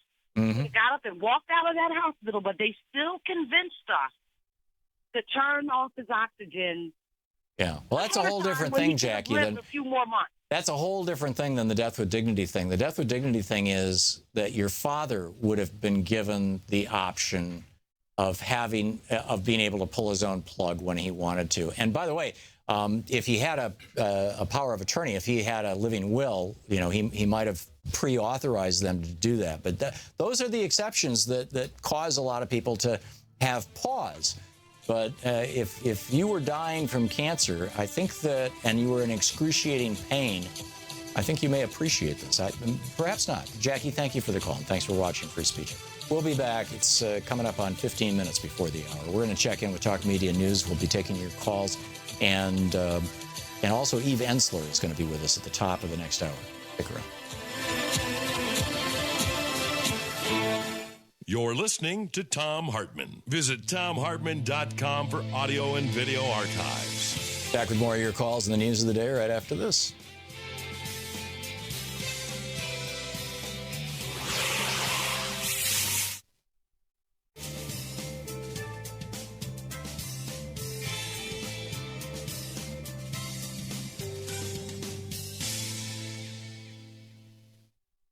Welcome back. Virginia in Canton, Ohio. Hey, Virginia, thanks for watching Free Speech TV. What's on your mind? Hi, yeah. I wondered about hospice. Is that allowed? My mother recently had cancer, and they said it was all through her body. She really wasn't in pain, but hospice came in, and they, took her off her meds and gave her the morphine. Mm-hmm. And then she passed away. She had bloated because she had congestive heart failure also. Right. Would that be allowed? That's not part of the death with dignity debate at all. People do in hospice. People do sometimes get helped along. I saw it with my own two eyes with my father. He had a stroke. He was locked in. He was dying of mesothelioma. He was in incredible pain. He had been taking, 50 milligrams of morphine every couple hours. I mean, he was really, really, really in pain. And now he's fully awake and fully conscious, but unable to talk or even blink his eyes in response to us. But he knew he knew we were there. And after 3 or 4 days, they stopped giving him food or water, and he was dying. And as he was dying, he was throwing up blood, and I mean, it was just a god-awful mess. And the nurse said to my brothers and I, this is like 2 o'clock in the morning, the nurse said to my brothers and I, shall I give him a little extra morphine? And I didn't realize what she was actually asking. And as the oldest brother, I said yes. So, clearly he's in pain. And she gave him a big dose of morphine, and he took a deep breath and just passed away. And at that point, I realized she was basically asking, can I put him out of his misery? And we were all tremendously relieved on behalf of our father that he was no longer in that kind of pain. And I would not, and I told my kids, and I told my wife, and I told anybody who would listen, if I ever have a stroke, if I'm ever locked in like that, and I'm in, excruciating pain, put me out of my misery, please, if I can't do it myself. But the whole hospice thing and the whole debate about where the boundaries are in hospice, because what that nurse did with my dad was technically a crime. Or maybe not. I don't know. Maybe it's, medical practice. But that's a whole different thing from death with dignity. Death with dignity is all about you having the power to decide yourself when you're going to check out. And that was something that was... the theory that Jack Kevorkian was the precursor to... Yeah. Although Jack Kevorkian, again, was doing it to people, but actually, no. He set the thing up so that people had to pull the lever or pull a string or whatever it was themselves. It was just a much more complicated thing, and he was doing it intravenously and all that. And now they figured out that just, you can do it the same way you do with dogs and cats. Just a massive overdose of phenobarbital puts people to sleep, and then they just, after 10 minutes or so after they fell asleep, they just stop breathing and die. and gently, as it were. So, Virginia, got to move along, but thank you. We only have 10 seconds. Virginia, thank you so much for the call, and thanks for watching Free Speech TV. In just a few seconds, we're going to hit the break here, and Victoria Jones with Talk Media News is going to be with us. We'll find out what's going on in the world today, so stick around. We'll be right back. We're coming up on about 10 minutes before the hour.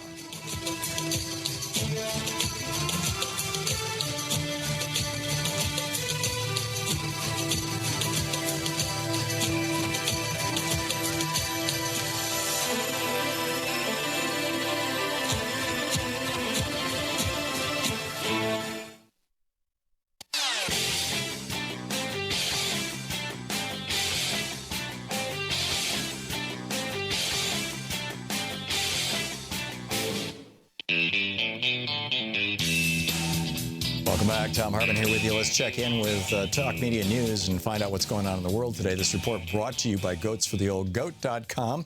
And on the line with us, Victoria Jones, the Victoria Jones. Hey, Victoria. Hey, Tom. Great to have you with us. I have a quick question about the news before we get into your list of things that are happening. I've been talking about the Death with Dignity law that Washington, D.C. passed, and how Jason Chaffetz wrote an op-ed a month or so ago in the Washington Post saying that we should do away with a law that it's, basically taking the Catholic position that suicide is a sin and wrong. And apparently the Republicans are going to have a vote today. Do you know if they've had the vote yet on whether to, because the Congress can overturn laws here in the district, whether they've had that vote? I don't know whether they've had that vote. The only thing I would say is that it's early in the day. So they don't often have votes this early in the day. Having said that, I'm speaking off the top of my head, so I don't know the answer, but it is early in the day for votes. Yeah, okay, great. So what's going on in the world today? President Donald Trump and Canadian Prime Minister Justin Trudeau are meeting today at the White House. They're about to have a joint press conference, which I don't know how long it's going to be. Usually these things are not very long, but they are going to have one. They launched a joint effort to advance women in the workplace today with a round table and a joint task force between the two countries. This was an effort that was initiated by Trudeau. Trump's daughter Ivanka was in attendance at the meeting and helped recruit participants and set the agenda. And then they've plunged into the issue of trade. Canada is concerned with Trump's protectionist stand that they may be harmed if Trump renegotiates NAFTA. Mm-hmm. So the questions are going to be quite interesting at the press conference. But we had a free trade agreement with Canada, a bilateral agreement, which is the kind of stuff that Trump says he likes. And if NAFTA were to collapse, and I frankly would love to see it go, particularly the I think it's Title 11 or Chapter 11 part that maybe it's 9, the part that says that basically corporations can sue governments and towns and municipalities for profits that they've lost as a result of local laws, and that the decisions will be made by a 3-judge tribunal made up of corporate lawyers. I'd love to see that go, but couldn't they just go back to that bilateral agreement? Presumably, in theory, they could do that. I don't see any reason why they couldn't if they were able to negotiate. Yeah, because our trade with Canada is pretty much even. We import from Canada pretty much the exact same number of dollars worth of stuff that we export to them. So it's not a crisis with Canada. Right. So it's going to be interesting. It will also be interesting to see whether any of the questions for Trump have to do with his embattled, and I would use that word, National Security Advisor Michael Flynn. Right. Who is under a fair amount of fire because of a series of phone calls that he had during the transition with the Russian ambassador to the United States. Is anybody talking about prosecuting him under the Logan Act, or is that way too premature? It's premature at the moment because nobody has seen a transcript of any of the conversations. Now, intelligence officials reportedly have a transcript because these conversations are taped because it's Russian officials. Right. So We don't know whether it was a broad conversation or if Flynn said anything specific about ending them, and at what point it would be seen that Flynn would have crossed the line into a civilian making foreign policy, and that would be a crime. Wow. Wow. So it's very interesting. Trump is said to be not pleased about this at all. I can imagine. Yes, I can imagine. yes. So what that's else? going on? Two American Indian tribes, the Standing Rock and the Cheyenne River Sioux, have asked a federal judge to stop construction of the last stretch of the four-state Dakota Access Pipeline. And the judge in Washington, D.C. is scheduled to hear arguments this afternoon. Now, they've added a religious freedom component to their argument. Oh, wow. Hey, if religious freedom can take down Obamacare, why can't it take down the Dakota Access Pipeline? Well, what they're arguing is last year they said it threatened their drinking water and cultural sites. They now argue that it would threaten their right to practice the Sioux religion, which they say requires clean water. Wow. That's brilliant. They say, it burdens the tribe's free exercise of religious rituals that depend on the purity of water from the river. Wow. So this is going to be a very interesting hearing, I think. It is. And probably a lot's going to depend on the judge. Yes, and I don't know anything about this judge. In fact, it's not even a name I recognize. U.S. District Judge James Boasberg in Washington, D.C. Don't even know the name. The Pentagon today strongly condemned North Korea's latest missile test, adding that the U.S. commitment to protect the U.S. and allies such as Japan and North Korea was ironclad. Pentagon spokesman Captain Jeff Davis told reporters that North Korea's unlawful weapons programs were a clear and grave threat to national security. It does.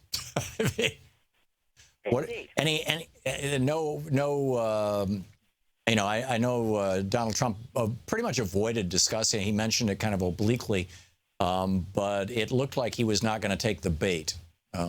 Is that? So far, he hasn't. Even in his statement, when he had a very brief appearance with Shinzo Abe, the Japanese Prime Minister, Shinzo Abe said it was absolutely intolerable.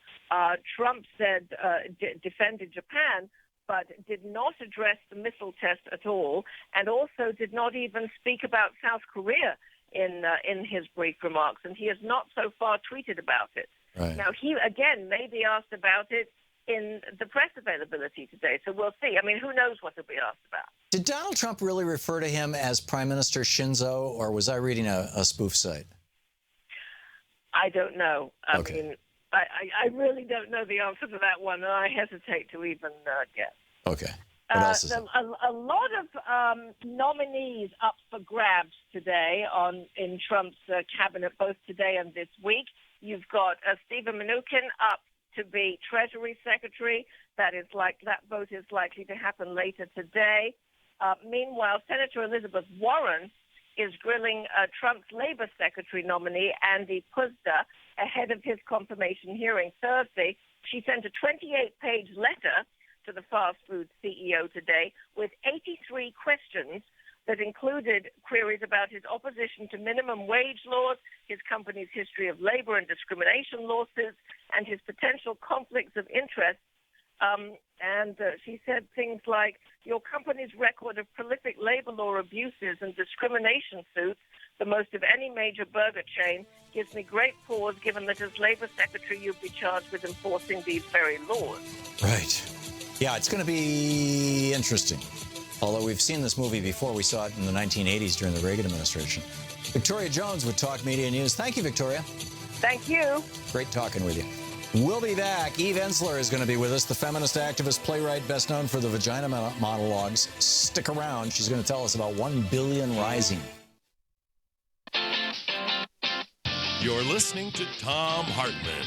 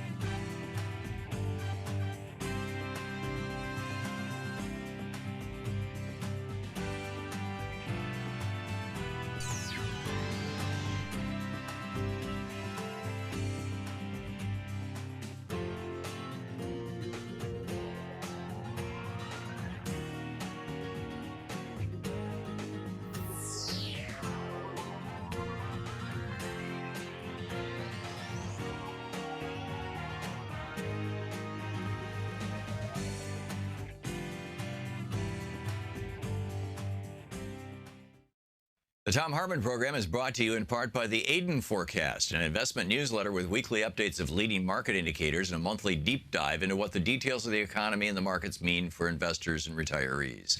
On the web at aidenmarkets.com. Wines have some of the highest pesticide levels in our food chain. This hour brought to you by ecowine.com. Pesticide-free wines, organic wines, imported from France by the Organic Wine Company, ecowine.com. The Thom Hartmann Program is brought to you in part by Super Beets. Super Beets are sourced from non-GMO beets, and they're packed with dietary nitrates, helping to produce nitric oxide for more energy, stamina, and support for healthy blood pressure levels naturally. For more information, call 800-223-8242 or visit freespeechbeets.com.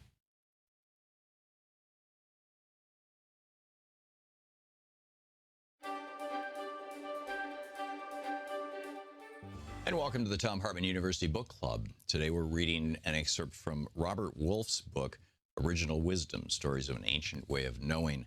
I wrote the foreword for it. Robert Wolfe just died just a few months ago, just this last year, in Hawaii. Louise and I visited him there a number of times. He was in his 90s. And back in the 1950s, he was an anthropologist and sociologist who had been hired by the Malaysian government to figure out why this one particular Aboriginal tribe, the Sonoy, who lived deep inside the jungle, hunting-gathering tribe, why they were, quote, lazy, why they were unwilling to work in the rubber plantations. And he got to know them, and he discovered that their view of the world was completely different than ours. And that's essentially what this book is about, and it's absolutely a mind-boggling book. I'll share a little. This is from the middle of the book. This is page 86. It's finally he's reached the point where they'll let him sleep in the village with them. He says, in time, I grew to know them better. But it was when I began to overnight in their villages that I learned that they literally lived in another reality. When it became dark, people huddled together for warmth and companionship. In the tropics, there's no long period of dusk. It grows dark quickly.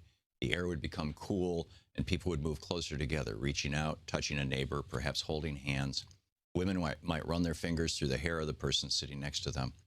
During the nights I stayed over, they would often gather around me and have me ask them questions. Then they would ask me questions, very quietly and softly. Our being together was not like other social situations I'd ever experienced. We talked, but softly. They did not know how to compete for attention. A few words now and then were all that were spoken, a question or a comment, a simple answer, long silences. Sometimes someone would have some tobacco and light a cigarette, tobacco rolled into a leaf, which was passed around the group. People might ask each other whether they had noticed that particularly bright patch of sunlight on the side of the river behind a certain tree, or if they had noticed that large yellow bird that sang in the morning. Evening was a time of reflection, of gentle communication, of being together. I never knew their blood relationships, but evening times felt like family. As it grew later, one of the people would get up to go into one of the houses, more often little more than lean-tos or rickety huts on stilts, and fall asleep. Eventually, each of us had found an empty spot on the floor of one of the shelters, and wrapped in our sarongs, we huddled close to whoever else slept in that house that night. The houses did not belong to anyone. It seemed that each of the 4 or 5 little shelters was for all the people living in that settlement at that moment. We would fall asleep whenever we chose, and I'm sure with whomever we wanted to spend the night. Yes, people had sex, but even that was gentle, quiet, and discreet. Occasionally, someone might turn over and bump into a couple being a little too acrobatic or noisy, and there would be a grunt. Or people might move away from a couple that made too much to do about their lovemaking. Passionate lovemaking between young people often took place during the day, outside in a more hidden spot in the jungle, I was told. In the morning, we might not all wake up at the same time, but those who woke up early would lay quietly, waiting for more people to awaken. And somehow, as if by magic, we would find ourselves sitting in a circle, rubbing our eyes, stretching the kinks out. One person would say, I saw a bird, a beautiful bird. Someone else would say, yes, I too saw a bird. What kind of bird was it? Another would ask. And so they would create a story with images from our dreams. They did not think that they were sharing dreams as we think of dreams. The Sonoy believed that the world we live in is a shadow world, and that the real world is behind it. At night, they believe, we visit the real world. In the morning, we share what we saw and learned there. The story that was created around the memories that 4 or 5 people brought back from the real world set the tone for that day. Sometimes one of the group would take the lead in soliciting input from each person in the room. How about you? What do you remember? Other times, the story flowed without help. A few times, no story emerged at all. It was very obvious that when a more or less coherent story was created around the images we shared, we who had slept in that shelter would live that story that day. Usually, the stories were simple. A bird had shown the way to a tree that was bearing fruit. Later that day, some of us would find that tree, and of course, it did have ripe fruit. Or the story was about a bad storm, so people would stay close to the shelters all day, and yes, there was a big storm in the late afternoon. Occasionally, the stories were about things that affected all of them, all the people in the settlement, or perhaps even all the Sonoy. In that case, they would make it a point to share with the people who had slept in other shelters as soon as possible. It might take all morning to disseminate that story to everyone. I did not witness any attempts to call a meeting, but it was obvious that when a serious story came out of a morning's dream telling, all the people in the settlement would eventually hear that story. I learned about all of this very early during the time that I spent with the Sonoy. It was in what I thought of as the first village, the first settlement I visited, that an important story emerged from what I brought back from the real world during one of my nights there. It made a big impression on me because part of the story came from my dream. It was a particularly vivid dream about one of my family's dogs, an all-black mongrel that seemed to have come with the house we rented in the suburbs of Kuala Lumpur. We had tried to get rid of that dog. In fact, one of the first days after we moved we had run over to over the poor dog in the driveway, but he would not leave. We tried chasing him away. He kept coming back. So we adopted him and called him Jaga, which is Malay for guard or protector. I do not remember that Jaga was a particularly good watchdog, but he was around. And he goes on to tell his dream, and then it's just an absolutely fascinating story. Original Wisdom, Stories of an Ancient Way of Knowing by Robert Wolfe.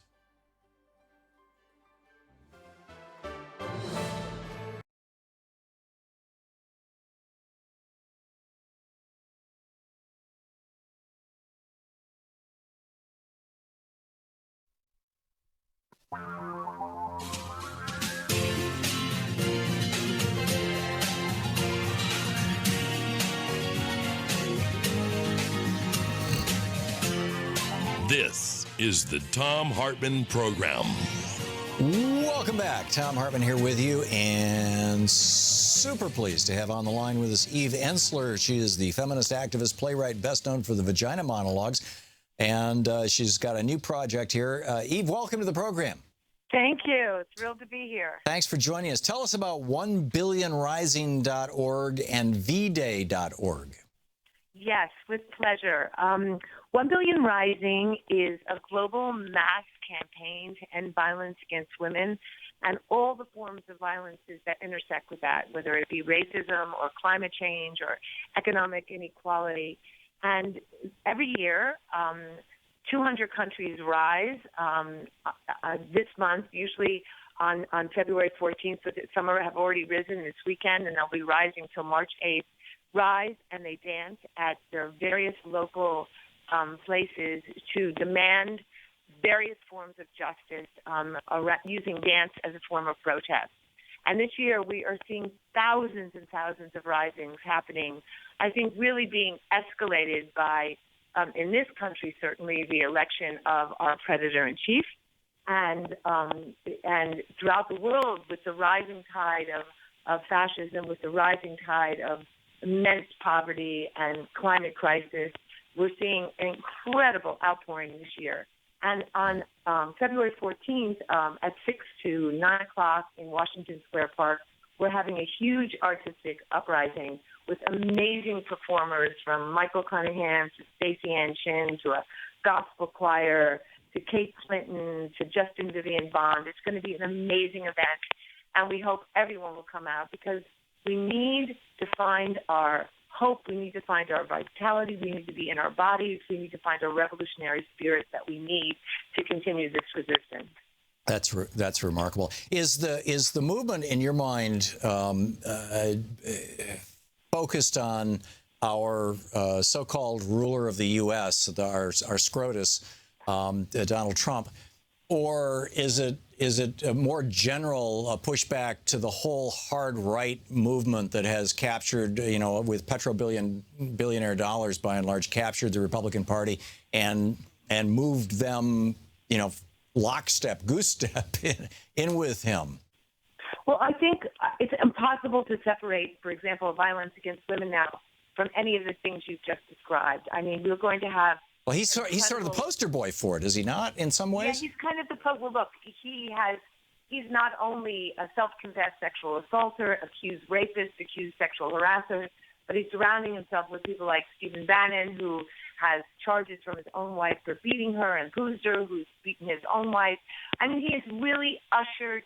He's not only escalated rape culture, he's licensed it, you know.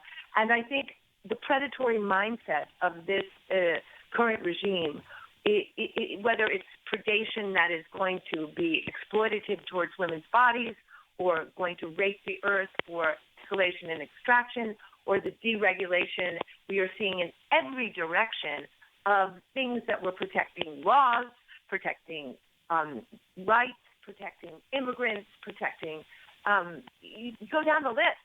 What area aren't we seeing where predation is dominant? And I think every one of these executive decrees feels like a form of violence. You know, it's being done to the people without their consent.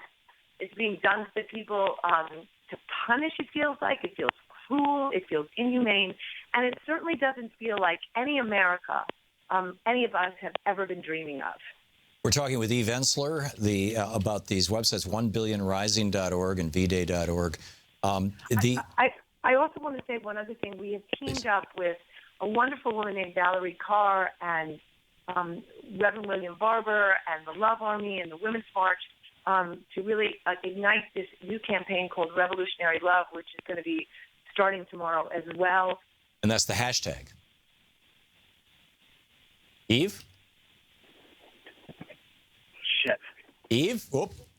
Can't say that on the radio. Eve, are you still there? I think we have lost Eve. You dumped. Yeah, we lost Eve. Oh, well. Hopefully she said what she had to say, or maybe she'll call back and we can put her back on the air, because I had a few more questions. But this is great. 1 billion rising. It's sort of like the well, I don't want to characterize it. It's not the movement that I'm running. So we'll wait and see if she comes back in. And in the meantime, let's take a break and we'll pick up your phone calls and move along, as it were. It's the Thom Hartmann Program. It's 12 minutes past the hour. And we'll be back with your calls, my thoughts, and the news of the day.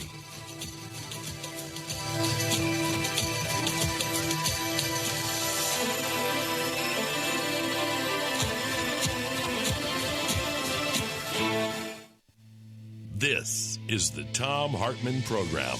Back with your calls in just a moment.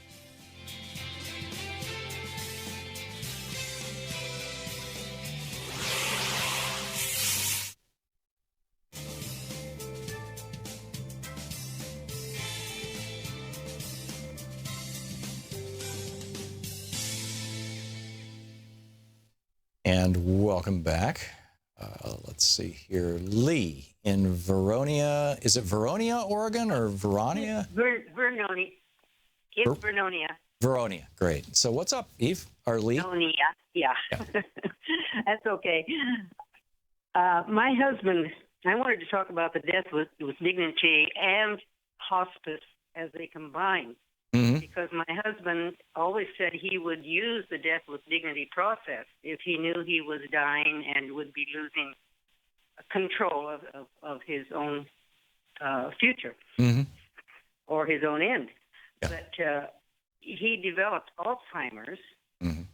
which meant that he was not eligible to use the death with dignity because in Oregon that requires clearance from two doctors that the person is in control of their own thinking. Oh, I've got it. Lee, I've got Eve Ensler's back on the line. Her phone apparently dropped. So let's continue this conversation a little bit. Thank you for the call. Eve, you're still on the line? Yes, I'm so sorry. We're in a huge storm in the country and everything, all the power's out. So I'm doing my best on a borrowed phone. Okay. Well, thank you. So to the point you were making, had you finished your thought? No, I think what I was saying is I think I think I had gotten to the bad side, but the good side is we're seeing a resistance I don't think I've ever seen in my lifetime. Where when I was at the Planned Parenthood rally this weekend, it was just amazing to see women rising to protect Planned Parenthood, at the same time rising for immigrant rights, rising to LGBTQII rights, rising, for everybody coming together and out of their silos. Mm-hmm. And I think as we're resisting, we're really in the process of creating the world we want. And I have enormous faith in the American people that they will continue to rise and get stronger in this resistance until we finally have a way of removing this regime from the White House. Yeah. And it's not just to be clear, it's not just Donald Trump. I mean, while I doubt that there's ever been a charge against Mike Pence for beating his wife or raping his wife, for that matter, as apparently was charged against Trump at one point by his first wife. That Pence, if you recall the periods for Pence thing in Indiana, I mean, he pushed this law that required women who had either an abortion or a miscarriage to report themselves to the police and to have a $5,000 funeral. Exactly. I mean, I don't think there's anybody who's in the current White House who wants to do anything but push back women to the dark ages. I mean, I think all we have to do is look at what happened with Elizabeth Warren, one of our greatest women leaders right now, to see her not only be censored, but our greatest civil rights leader be censored simultaneously. And I think they do not want powerful women. They do not want women who have voices.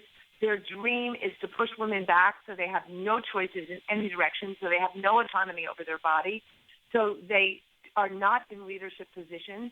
And I think it's not going to happen. I mean, I'm just going to say it for me, this vagina's out of the bottle and she ain't going back in.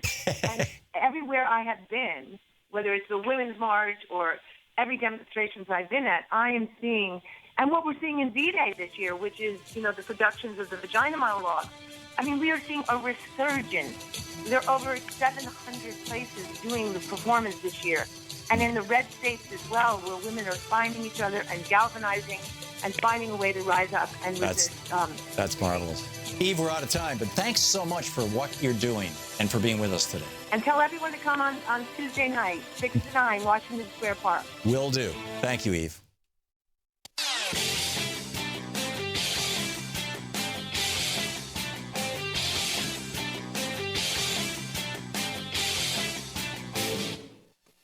This year's election results have generated fear, sadness, and despair. In the days and months ahead, our democracy may face a crisis of historic proportions. But there is good news. There is good news. There is good news. Thousands of people are stepping forward in solidarity, resistance, and resolve. We join them. We join them. We join them. In standing with the most vulnerable communities among us. Those most likely to be targeted by new restrictions and policies. We will tell their stories here. Here on Free Speech TV. We will lift their voices here on Free Speech TV. In the difficult times ahead, know that we will be with you 24 hours a day. Every day. You are not alone. You are not alone. You are not alone. There are millions of us. Raising our voices and hearts together as one. We've got your back. We got your back. Free Speech TV's got your back. The revolution is in progress.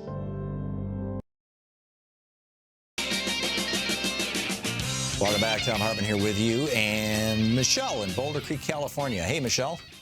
Third time's the charm? Nope, apparently not. I'm starting to think I'm being punked.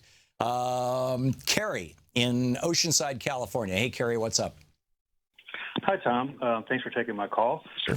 I was curious about your assessment and your opinion about people like this Stephen Miller guy that got on television and just does nothing but speak lies, and you have the notorious other spokesman for the Trump administration has come on and do nothing but speak lies. We know they're going to do nothing but lie. So I understand what the media's incentive for bringing them on to speak, but I'm wondering, from your perspective, do you think it's appropriate to continue to allow them to come on and voice things that you are knowably false? And if you were offered an opportunity to speak to either of these people, would you entertain speaking with them? Well, that's a very, very good question, Kerry. And my point about CNN is that every time they can get on CNN and make their lies, and there's climate deniers who want to do the same thing. They want to get on CNN and say, because they're well paid, they pick up some people. Putting somebody on this program, what I find, for example, if somebody wants to call in and argue with me, if a conservative is listening to this program and they want to call in and argue with me, they go to the front of the line. We always prioritize calls that are opposed to what I'm saying as opposed to supporting what I'm saying. I think that, the debate is one of those things that helps sharpen issues and helps, bring out the real guts of an issue. I think it's an important thing. But I would guess that probably 95% of my audience agrees with me politically. CNN is a very different thing. CNN is talking to an audience that's roughly 50-50, Democrat and Republican, just like, the United States is. And so there's a different level of consequence. If I have, a conservative on this program and I debate them, which I do regularly, it's unlikely that they're going to change a lot of minds, although they're coming on with that hope. And it's more likely that by debating them, specifically debating them, I'm sharing with my progressive audience, here's how you debate, crazy Uncle Ralph at Thanksgiving. Or here's how you debate the guy who works in the cubicle next to you who's got the giant Trump sticker, on the top of his cubicle. And so I think on my show, and frankly, any other progressive show, Stephanie Miller or Norman Goldman or whatever, that it probably actually is a good thing to have on opposing voices because they get vigorously debated. On the other hand, when they go on CNN, even when the news people try to push back, there's only so far a news person can go, and not really step out of that realm of being a news person and start becoming like I am, an opinion person, a commentator. So I would suggest that there need to be somewhat different standards and a different application of them. Am I making sense, Kerry? Yeah, except that I think the difference, maybe I didn't get my point across very well, is that for someone like Jason Miller or Katie McConnell, I forget her name, up front they are just going to come on and spew propaganda. Mm-hmm. So what is the value of their being given an opportunity to spew that platform? Right. In your case, and when I've listened to you speak to people that don't agree with you, I've never heard you speak with someone who just flat out just doesn't recognize reality. Oh, I've had people like that on this program a number of times. I mean, we've stopped doing climate debates because it's just stupid. But, I used to do those and, gun debates, and they come in and say, you need it for protection. No, you're 5 times more likely to die of suicide or homicide in your home if you have a gun in your home, et cetera, et cetera. I mean, I've got the statistics in my brain, so I can have those debates. That doesn't happen on CNN.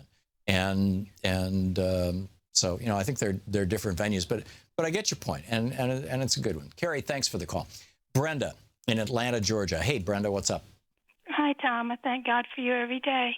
Thank you. Thanks for listening on Sirius XM. Real quick. In Russia, I saw in the paper last week that Putin cut back on some of the domestic violence laws.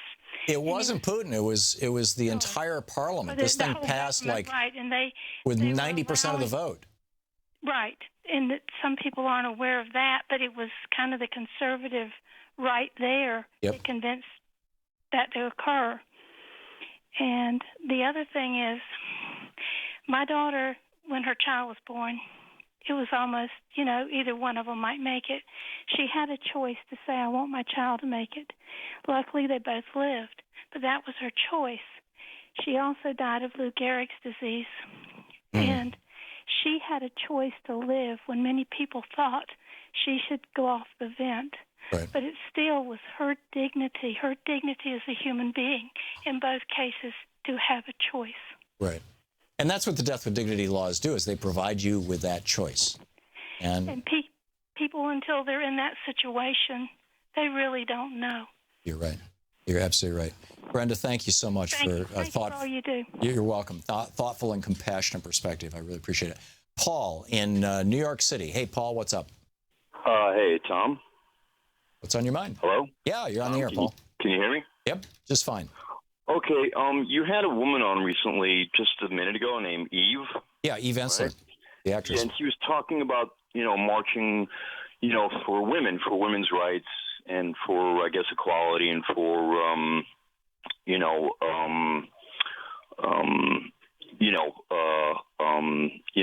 she says about putting women in the Stone Age and that kind of thing. And you had the Women's March in Washington recently. Right. And what I wonder is, how come there's no mention of the women who live under Sharia law and the Islamic torture that they go under? How come there's no march for those women when we know? I would say by and large because that's not happening in the United States, and we're trying to change our country. If you want to protest against Sharia law, it would be a good idea to go to Saudi Arabia, because that's probably outside of ISIL, that's the place where it's most brutally practiced in the world. And of course, we send them millions of dollars in weapons and millions of dollars, hundreds of millions of dollars, billions of dollars actually in weapons and other kinds of support. And which I'm totally opposed to. I think that this is a repressive regime, but we're here in the United States, Paul, and we're dealing with the troglodytes, basically the Christian Sharia law guys like Mike Pence, and it needs to be dealt with. Chris in Ithaca, New York. Hey, Chris, thanks for listening to 88.1, our new station in Ithaca. What's up? Hi there. How you doing today? Great. On your mind? Wonderful. Well, thanks for taking my call. I've not been listening to you for terribly long. I just found your show a few weeks ago. I think it's wonderful. I had some thoughts about the visit with Trump and Prime Minister Trudeau today, and regarding, the U.S. has, for I think just about 30 years now, had the Canada-U.S. free trade agreement in place, and I think a lot of it is, it's sort of interesting when you look at the North American Leadership Summit and how their commitment to being a cleaner nation and interconnected nations as far as our energy production and things like that, when we have a president who's now in office who firmly backs the Keystone Pipeline, which the Prime Minister also is in support of. But we have such a great energy dependency, both in electricity, natural gas, oil, to Canada. And how are we supposed to move forward with I know you don't want to debate climate change, but with the global issues that are coming about when there's such a dependency there, I just don't know what to make of it. Well, the simple reality is, Chris, the fastest growing form of energy on the planet right now, or the two fastest growing, are wind and solar. Texas and Iowa are getting more than 20% of their total electricity now from wind power alone. Solar power is spreading all over the country and all over the world. China is solarizing to the point of the equivalent of a nuclear power plant every 3 weeks across China. And so, I think, that's how you deal with it. The cost of solar has come down more than 95% over the last 30 years. Cost of wind has been dropped by about 70%. It's 1/3 of what it was, a decade or two ago. And fossil fuels only function when they're subsidized. We are subsidizing them. We pay for the cost of health care for people who are poisoned by fossil fuels, all the cancers that happen, all the asthmas that happen. We pay the cost of cleanup when they just changed the stream rule, so the coal slurry is being dumped into our streams. They're poisoning us.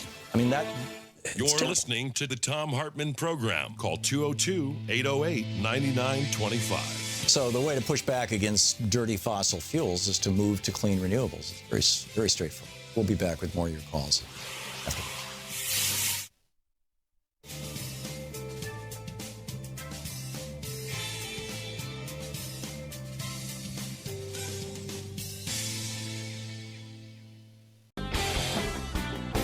If you define ISIS as a group of Wahhabist, Salafite militants who subscribe to the Wahhabist strain of Sunni Islam that has been promoted aggressively since the 1930s by the government of Saudi Arabia, where they're exporting it all over the country. They're funding madrasas all over the country. They teach that Jews literally eat and drink the blood of Muslim children. They talk about the importance of killing and destroying Israelis and that sort of thing, and Jews all over the world. if you're and this call to jihad and a greater Muslim world, et cetera, if that's how you're defining ISIS, they've been around forever. Or not forever, at least my entire lifetime. If you're defining ISIS as the group that calls itself the Islamic State, they emerged explicitly around 2004, 2005, largely in Iraq, after the George W. Bush administration went in. And keep in mind, there was not one single al-Qaeda person in Iraq when we invaded Iraq. But because Paul Bremer and Donald Rumsfeld principally, and Cheney and Bush apparently, but apparently this was Bremer and Rumsfeld and Wolfowitz, this group of libertarians, and they believed that if you got government out of the way, you would have a wonderful society. And more than half of the GDP of Iraq was government-owned industries. You had government-owned, tire factories, government-owned steel factories, government-owned cement factories, government-owned businesses. And you had to be a member of the Ba'ath Party in order to get a job, which was the non-secular, non-religious socialist party that Saddam Hussein ran. And so just a couple of weeks into the war, after the war was successful, after we took down, because the war only lasted a couple of weeks, and then the occupation began.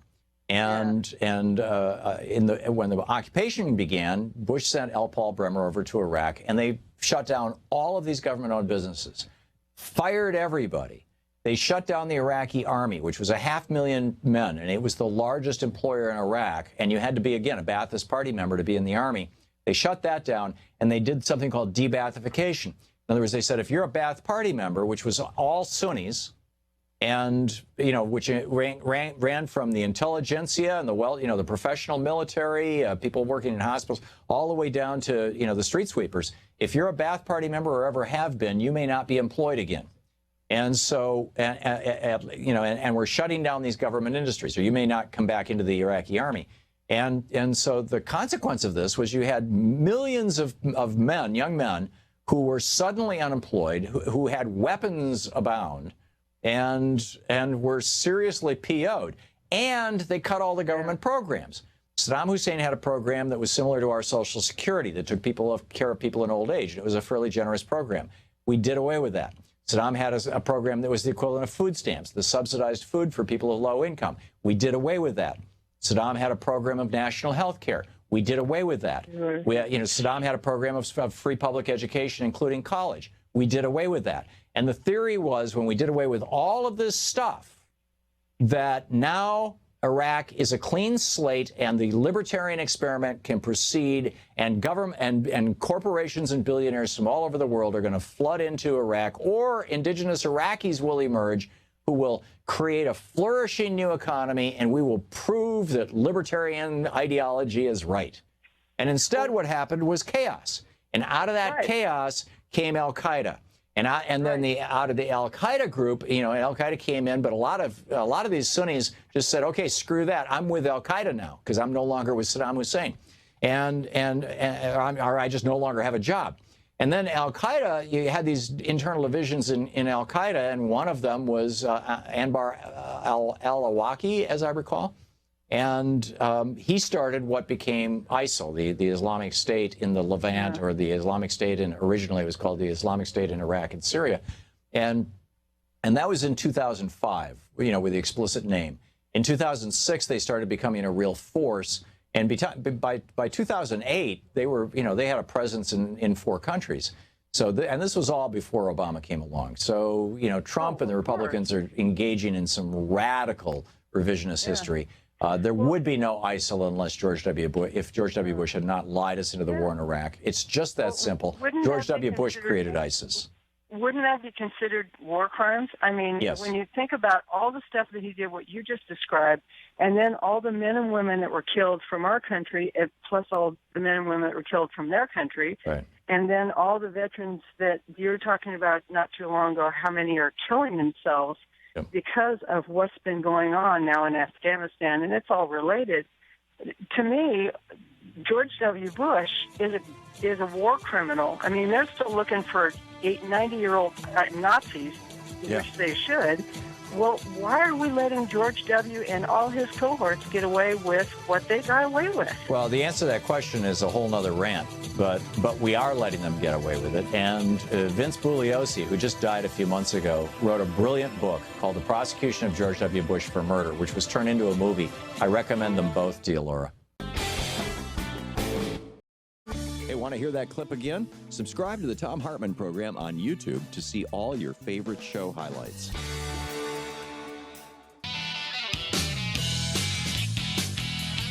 Hey, Thom Hartmann here. Welcome back. And Evan in Petaluma, California. Hey, Evan, what's on your mind today? Hey, Tom. How you doing? Thanks for taking my call. Sure.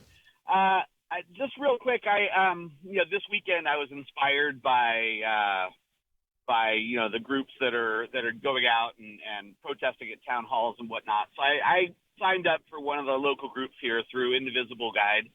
And I'm pretty excited to see what people are doing, but it also raised a concern for me and something that's been going on really since the primaries of last year, which is that I feel like not only have we lost our ability to communicate left and right, politically, but we've lost our ability to communicate just within the left. And I still have some people, a brother of mine and a close friend, who we haven't quite gotten past the Bernie-Hillary debate and been able to just talk about how to move forward as a whole. And so, my concern is, for those of us that are a little bit more centrist, we tend to have the same political end game in mind. We often have a little bit of a different philosophy about how to get there. And because of that difference in philosophy, a lot of times people tend to come at discussions with this mindset of if you don't want to do it the exact same way that I want to do it, that we disagree on the end result, which isn't necessarily the case. So give me an example, Evan. What's the do it that you're talking about? Oh, well, even on a sort of a macro progressive kind of scale, I believe that we should have, good wages for all workers and that we should all be, provided a living wage. But I didn't necessarily think that we should have a federally mandated $15 an hour minimum wage. I think that we should get there eventually, but just, on a different scale in a different way. I was a small business owner, and that would have ruined me at the time. And that difference in philosophy of how to get there is often it could be a great thing to debate, but it's not necessarily something that we should get angry about, on the left. And so I have a concern that I'm going to get involved with these folks and everything is going to be so it's our way or the highway, and that we can't have a civil discussion about procedure or policy or, what is the best course of action. And it's a concerning thing for me with the left that people can't talk about, different ways of getting to the same end game. And so I just hope, I'm very concerned about this lack of civil discourse on the left. And I love that you listen and listen to people and different points of view. And so it's just my plea to folks and your listeners that you will listen to others that have the same end game in mind, but maybe a different idea about how to get there. Okay. You realize if everybody in the country went to a $15 minimum wage, that it would so stimulate the economy that you would probably be easily able to pay your employees that. I do get that, but before that happens, unfortunately for folks like myself who were struggling to make ends meet based on primarily labor costs, that a quick and mandated forced $15 an hour would have been that I would have been put under in moments. Yeah. Well, I don't think anybody was suggesting that it flip into being tomorrow morning, but. I don't see that many topics, that many issues. I mean, the principal issues that I see where there's a big split between the, shall we call it the corporate wing of the Democratic Party and the progressive wing of the Democratic Party is whether or not to take money from corporations and lobbyists. That's the big area where I think that you're going to find people actually drawing a line in the sand. How we get to $15 an hour, how we get to single-payer health care or something like it. Those, with the exception on the healthcare thing, I realize that there are some Democrats who are funded by health insurance companies, and they're going to oppose single payer because that will end the health insurance companies monopoly and stranglehold on us, and it'll also end their dollars for those people who are in their pocket. But I really think that that's the area where you're going to see a battle, and are seeing a battle, frankly, and everything else is meta to that. And that's one where I'm coming down on the side of the progressives. We need to get money out of politics. And frankly, I suspect that a lot of even what I'm referring to as corporate Democrats would love to see the money get out of politics. And because they don't want to sit around. I've had this conversation with Republicans as well, but also with more conservative Democrats. Nobody likes to spend half the day fundraising. And, so let's just agree to do this and to do it fast. But my sense is that that's the big cleavage. Anyhow, Evan, thank you for the call. It's a thoughtful call. Lorraine in San Diego. Hey, Lorraine, what's on your mind today? Hi. I was just wondering what you thought about the militarization of local police departments, considering the political climate of the time. Is it part of the carefully plotted, structured plan of the Koch brothers? Was this one of the areas that they targeted to beef up? And does it bode well for protesters? As I recall, Lorraine, and I might be somewhat wrong on this. It might have been George Herbert Walker Bush, not Ronald Reagan, but I'm pretty sure it was Reagan started this program. It's a 4-digit acronym. I want to say 1099, but it's tax season, and I might be thinking about 1099 forms, but it's 4 numbers. And it's a piece of legislation that was passed, as I recall, in the 80s, that allowed defense contractors and actually allowed the military to take surplus military equipment and give it to local police departments. And it started out that way, and now it's grown to the point where the defense contractors are routing, MRAPs and tanks and body armor and all this kind of stuff. 1033 program. Thank you, Shano. Routing that, through the DoD, but basically it's the Defense Department, it's the weapons manufacturers getting this giant, chunk of federal money to just give to state and local police departments. And my understanding of where 1033 came from was that it was heavily lobbied for into the Republican Party by the big defense contractors. They were looking to expand their marketplace. And so if it was Reagan or if it was Bush, whoever it was who signed this thing, I'm pretty sure it was Reagan, it was probably signed as a way of satisfying the donor base, right? As, hey, let's toss some more money to the defense industry. Not as, let's create a police state here in the United States so someday we can turn over to Donald Trump. But the effect of it has been what I just said. We've created, this highly militarized police where the police can basically become the military. And we've seen it over and over and over again. And it's not healthy for the United States. It's not healthy for democracy. It's frankly not healthy for the police departments. And I think it's very intimidating, and I think it adds to the power of these people that are trying to dominate us, and it's worrisome to me. Yeah, I absolutely agree, Lorraine. And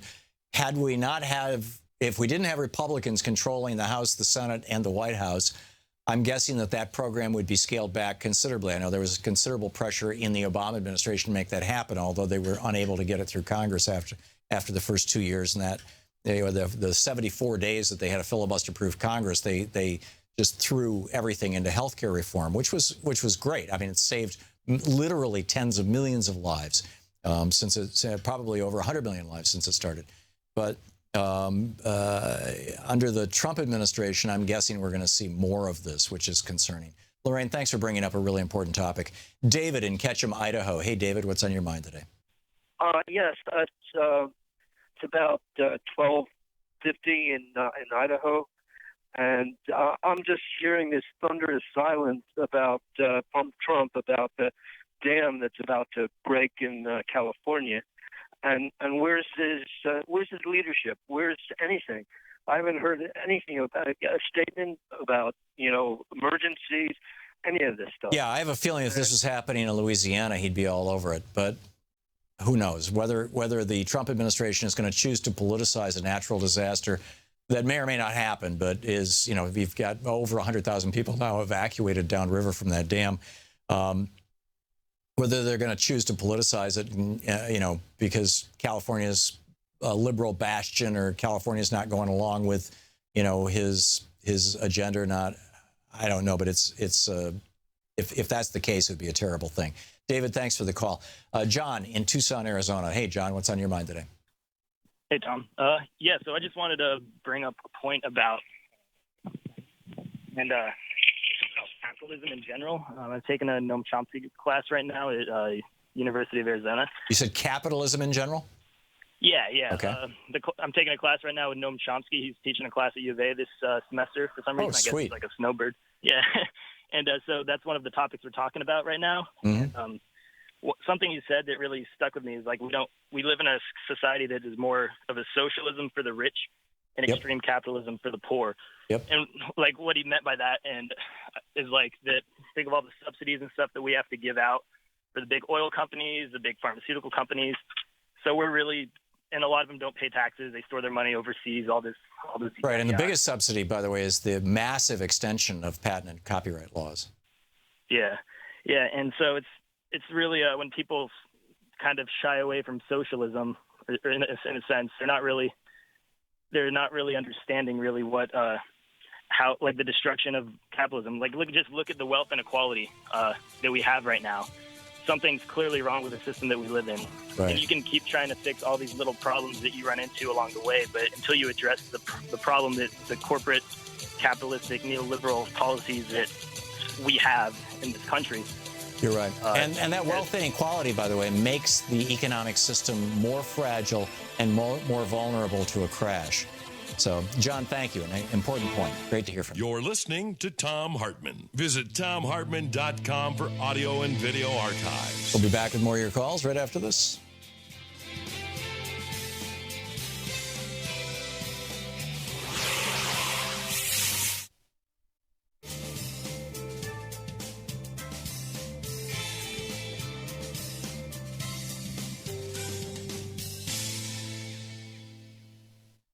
And welcome back. Peter in Harmony, Rhode Island, listening to us or watching us on YouTube. Hey, Peter, what's up? Hey, Tom. Can you hear me? Just fine. Okay. So a couple of weeks ago here in Rhode Island, we had a small protest that kind of exploded. It was right after, around when the ban was introduced. We marched from the Providence Capitol Center all the way to the town hall meeting that our own Sheldon Whitehouse was holding. Mm-hmm. And about 3,000 people ended up showing up.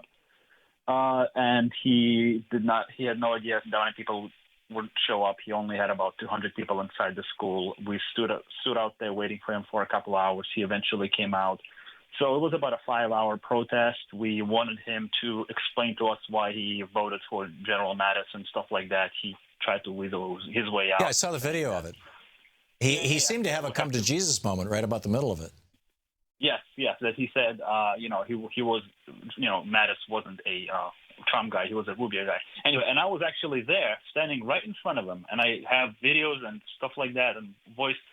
I was standing about 5 feet away from him and asked him, what do you know about Chris Kobach's interstate cross-check? And then I went on for about a minute and a half. I'm not going to play the recording, but I basically went through the whole Detroit thing, the whole, how they throw people off the voter rolls, and people were standing there silent. And then eventually they said, oh, thank you. And my senator said that I know nothing about that. Please follow up with me. Wow. After this, a couple of people approached me after we dispersed. They asked me, what is this? What are you talking about? I told them where to go. I told them what to do. And I'm doing the same thing in my law school, actually. People have been approaching me because I'm attending these roundtable discussions. And I mentioned Chris Kobach right before the election. People kind of brushed me off, and now a few more people approached me, and now they want, because nobody knows anything about this. So what I've done is I have sent a postcard to Sheldon Whitehouse and to my other senator, Jack Reed. And I told them, please investigate Chris Kobach's interstate cross-check.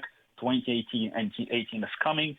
Watch this video, watch this movie, Greg Palast movie. So I sent all that, and I left them a couple of messages on their machines. But now I'm thinking, maybe in a week or 2 weeks, maybe I'll purchase the DVD. I'm an unemployed student. I don't have that much money, but maybe it's worth it just purchasing the Greg Pallas's movie and mailing it to them just to make sure maybe they'll watch it and maybe they'll do something about this. What do you think? Yeah. Do you think more of us should mail these videos to our senators? And well, that idea was occurring to me as you were talking, and I was thinking, if we did an on-air fundraiser to it would just be maybe $1,000 or so to buy enough. I think the videos, if you buy the DVDs, they're like $15 a piece.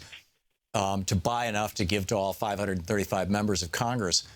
Because I would want to get it in the hands of Republicans as well. I'd like them to see what it is that they're endorsing and how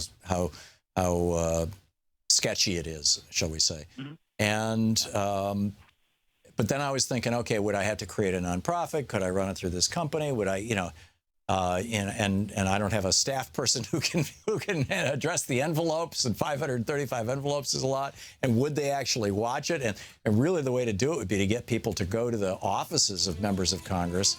And let me kick this around with, I know a bunch of activists here in Washington, D.C., and it might be something worth trying to turn into a movement of, take a copy of Greg Pallas movie. And maybe Greg can get us some for a discount. I should have this conversation with Greg first. And have activists literally go into their offices and try to hand it to them or to a senior staffer. It's a great idea, Peter. Thank you for the idea.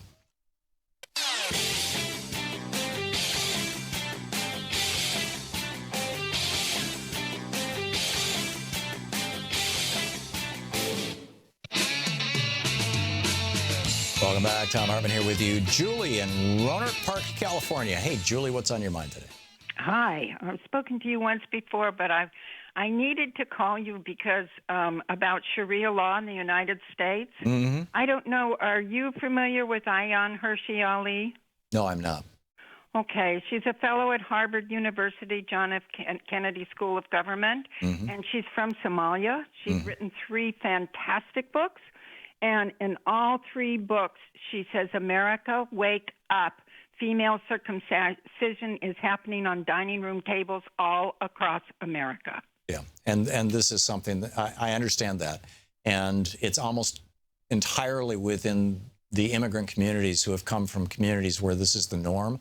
And it does need to be addressed, and it does need to be dealt with because it's a terrible, terrible thing. I'm with you, Julie. Thank you for the call. Habib in Israel. Whoa. Hey, what's up? Yeah. Hi, I'm great. How are you, Tom? Good. Where in Israel are you? I'm in Haifa right now. I have been there many times. So what's on your mind? Oh, well, wonderful. So I want to ask you about 2 questions. Number one, about these new movements, like Justice Democrats and Brand New Congress. They want to primary the incumbent, and their number one issue is not take money from big corporations. They're following the Bernie Sanders route. Right. And what do you think about it? And my second question, which is my frustration with what's going on with the DNC debate. When you go and you see, they ask a good question, but no one is willing to answer. Even Keith Ellison, who is supported by Bernie Sanders, he's not willing to say a total ban on lobbyist money, which is like 8% of the total money that the DNC takes in. And then no one of the main candidates is willing to admit that the primaries were rigged, and the whole thing with Debbie Wasserman Schultz and about open primaries. Tom Perez actually admitted it a couple days ago, but then he had to walk it back because it implied that Hillary Clinton wasn't the legitimate candidate, and she actually did get more votes than Bernie did. We can talk about why. I put most of this at the feet of the media, frankly, but. But yeah, there was something wrong in there. Habib, I'm really ambivalent about primarying Democrats who, let's see, for example, Joe Manchin. Here's the 2 sides of this, okay? Because Joe, I think, is probably one of the most visible, very, very conservative Democrats who votes with Republicans, from time to time. He comes from West Virginia, which Donald Trump carried by 31% in the election. On the other hand, in the primary, Bernie won West Virginia by 20 points. So on the one hand, you can make a case of we need Democratic votes in the Senate. We absolutely need Democratic votes in the Senate. Even if they're not always going to vote with us for the really important stuff, Joe Manchin will be there. He's a Democrat. In fact, is the first and most important vote that every Democrat makes, or every senator makes, and every member of the House, is the vote for House and Senate leadership, and whether or not the chamber is going to be dominated by the Democratic Party or the Republican Party. So, we need Joe Manchins. We need, Democrats, even if we may disagree with them on some issues in the Senate. On the other hand, you look at how well Bernie did in West Virginia, and it's entirely possible that a genuine progressive in West Virginia could do even better than Joe Manchin. But the flip side of that argument is, but wait a minute, Joe Manchin did it by talking about, I'm in favor of coal and I'm in favor of guns. And so, progressives not going to say that. So here's my ambivalence is right there. I think I just identified it as I don't want to be diminishing Democratic representation, as in capital D, Democratic Party representation in the House and Senate.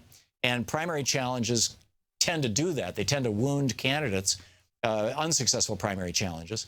And on the other hand, if you look at the last election, the half a dozen or so House seats that the Democratic Party picked up, by and large, were unexpectedly, by and large, were genuine progressive candidates. There is a wave of progressive populism going across the United States right now. It's a really hot thing, and so you could make a strong argument that we need more progressives in the party. If we can, when we can do it without creating a circular firing squad, I'm fully supportive of it. When it involves the circular firing squad, hey, let's take down Joe Manchin because he's not progressive enough, then I have some very serious concerns about it. Am I making sense, Habib?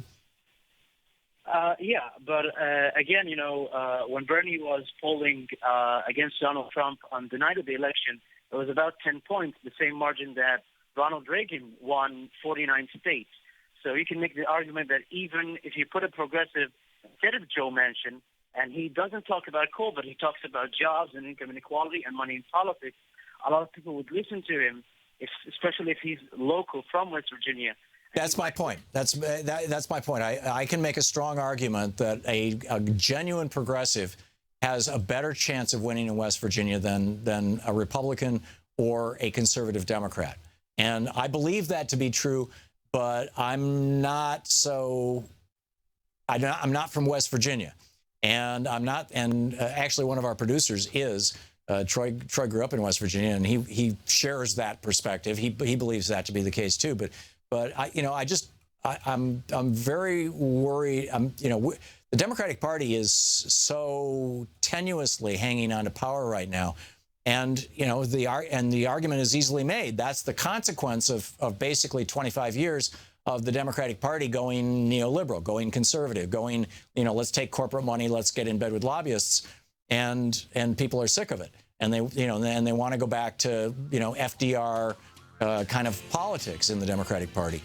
But how do you make that transition? This is the stuff that is swirling the leadership battle over the Democratic Party, and we'll see what happens when the vote comes down in a week and a half, 2 weeks. But Habib, I think I've pretty much shared with you every dimension of my thinking on that. Thanks a lot for the call, and thanks for watching us in Israel on YouTube. And thank you for being with us today.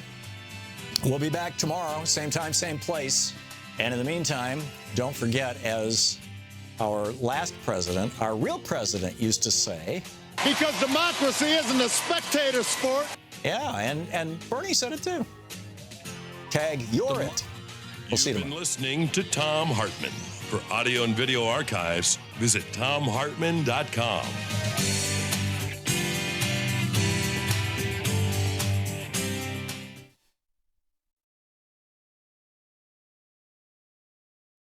The Thom Hartmann Program is brought to you in part by the Aiden Forecast, an investment newsletter with weekly updates of leading market indicators and a monthly deep dive into what the details of the economy and the markets mean for investors and retirees. On the web at aidenmarkets.com. Wines have some of the highest pesticide levels in our food chain. This hour brought to you by ecowine.com. Pesticide-free wines, organic wines, imported from France by the Organic Wine Company, ecowine.com. The Thom Hartmann Program is brought to you in part by Super Beets. Super Beets are sourced from non-GMO beets, and they're packed with dietary nitrates, helping to produce nitric oxide for more energy, stamina, and support for healthy blood pressure levels naturally. For more information, call 800-223-8242 or visit freespeechbeets.com.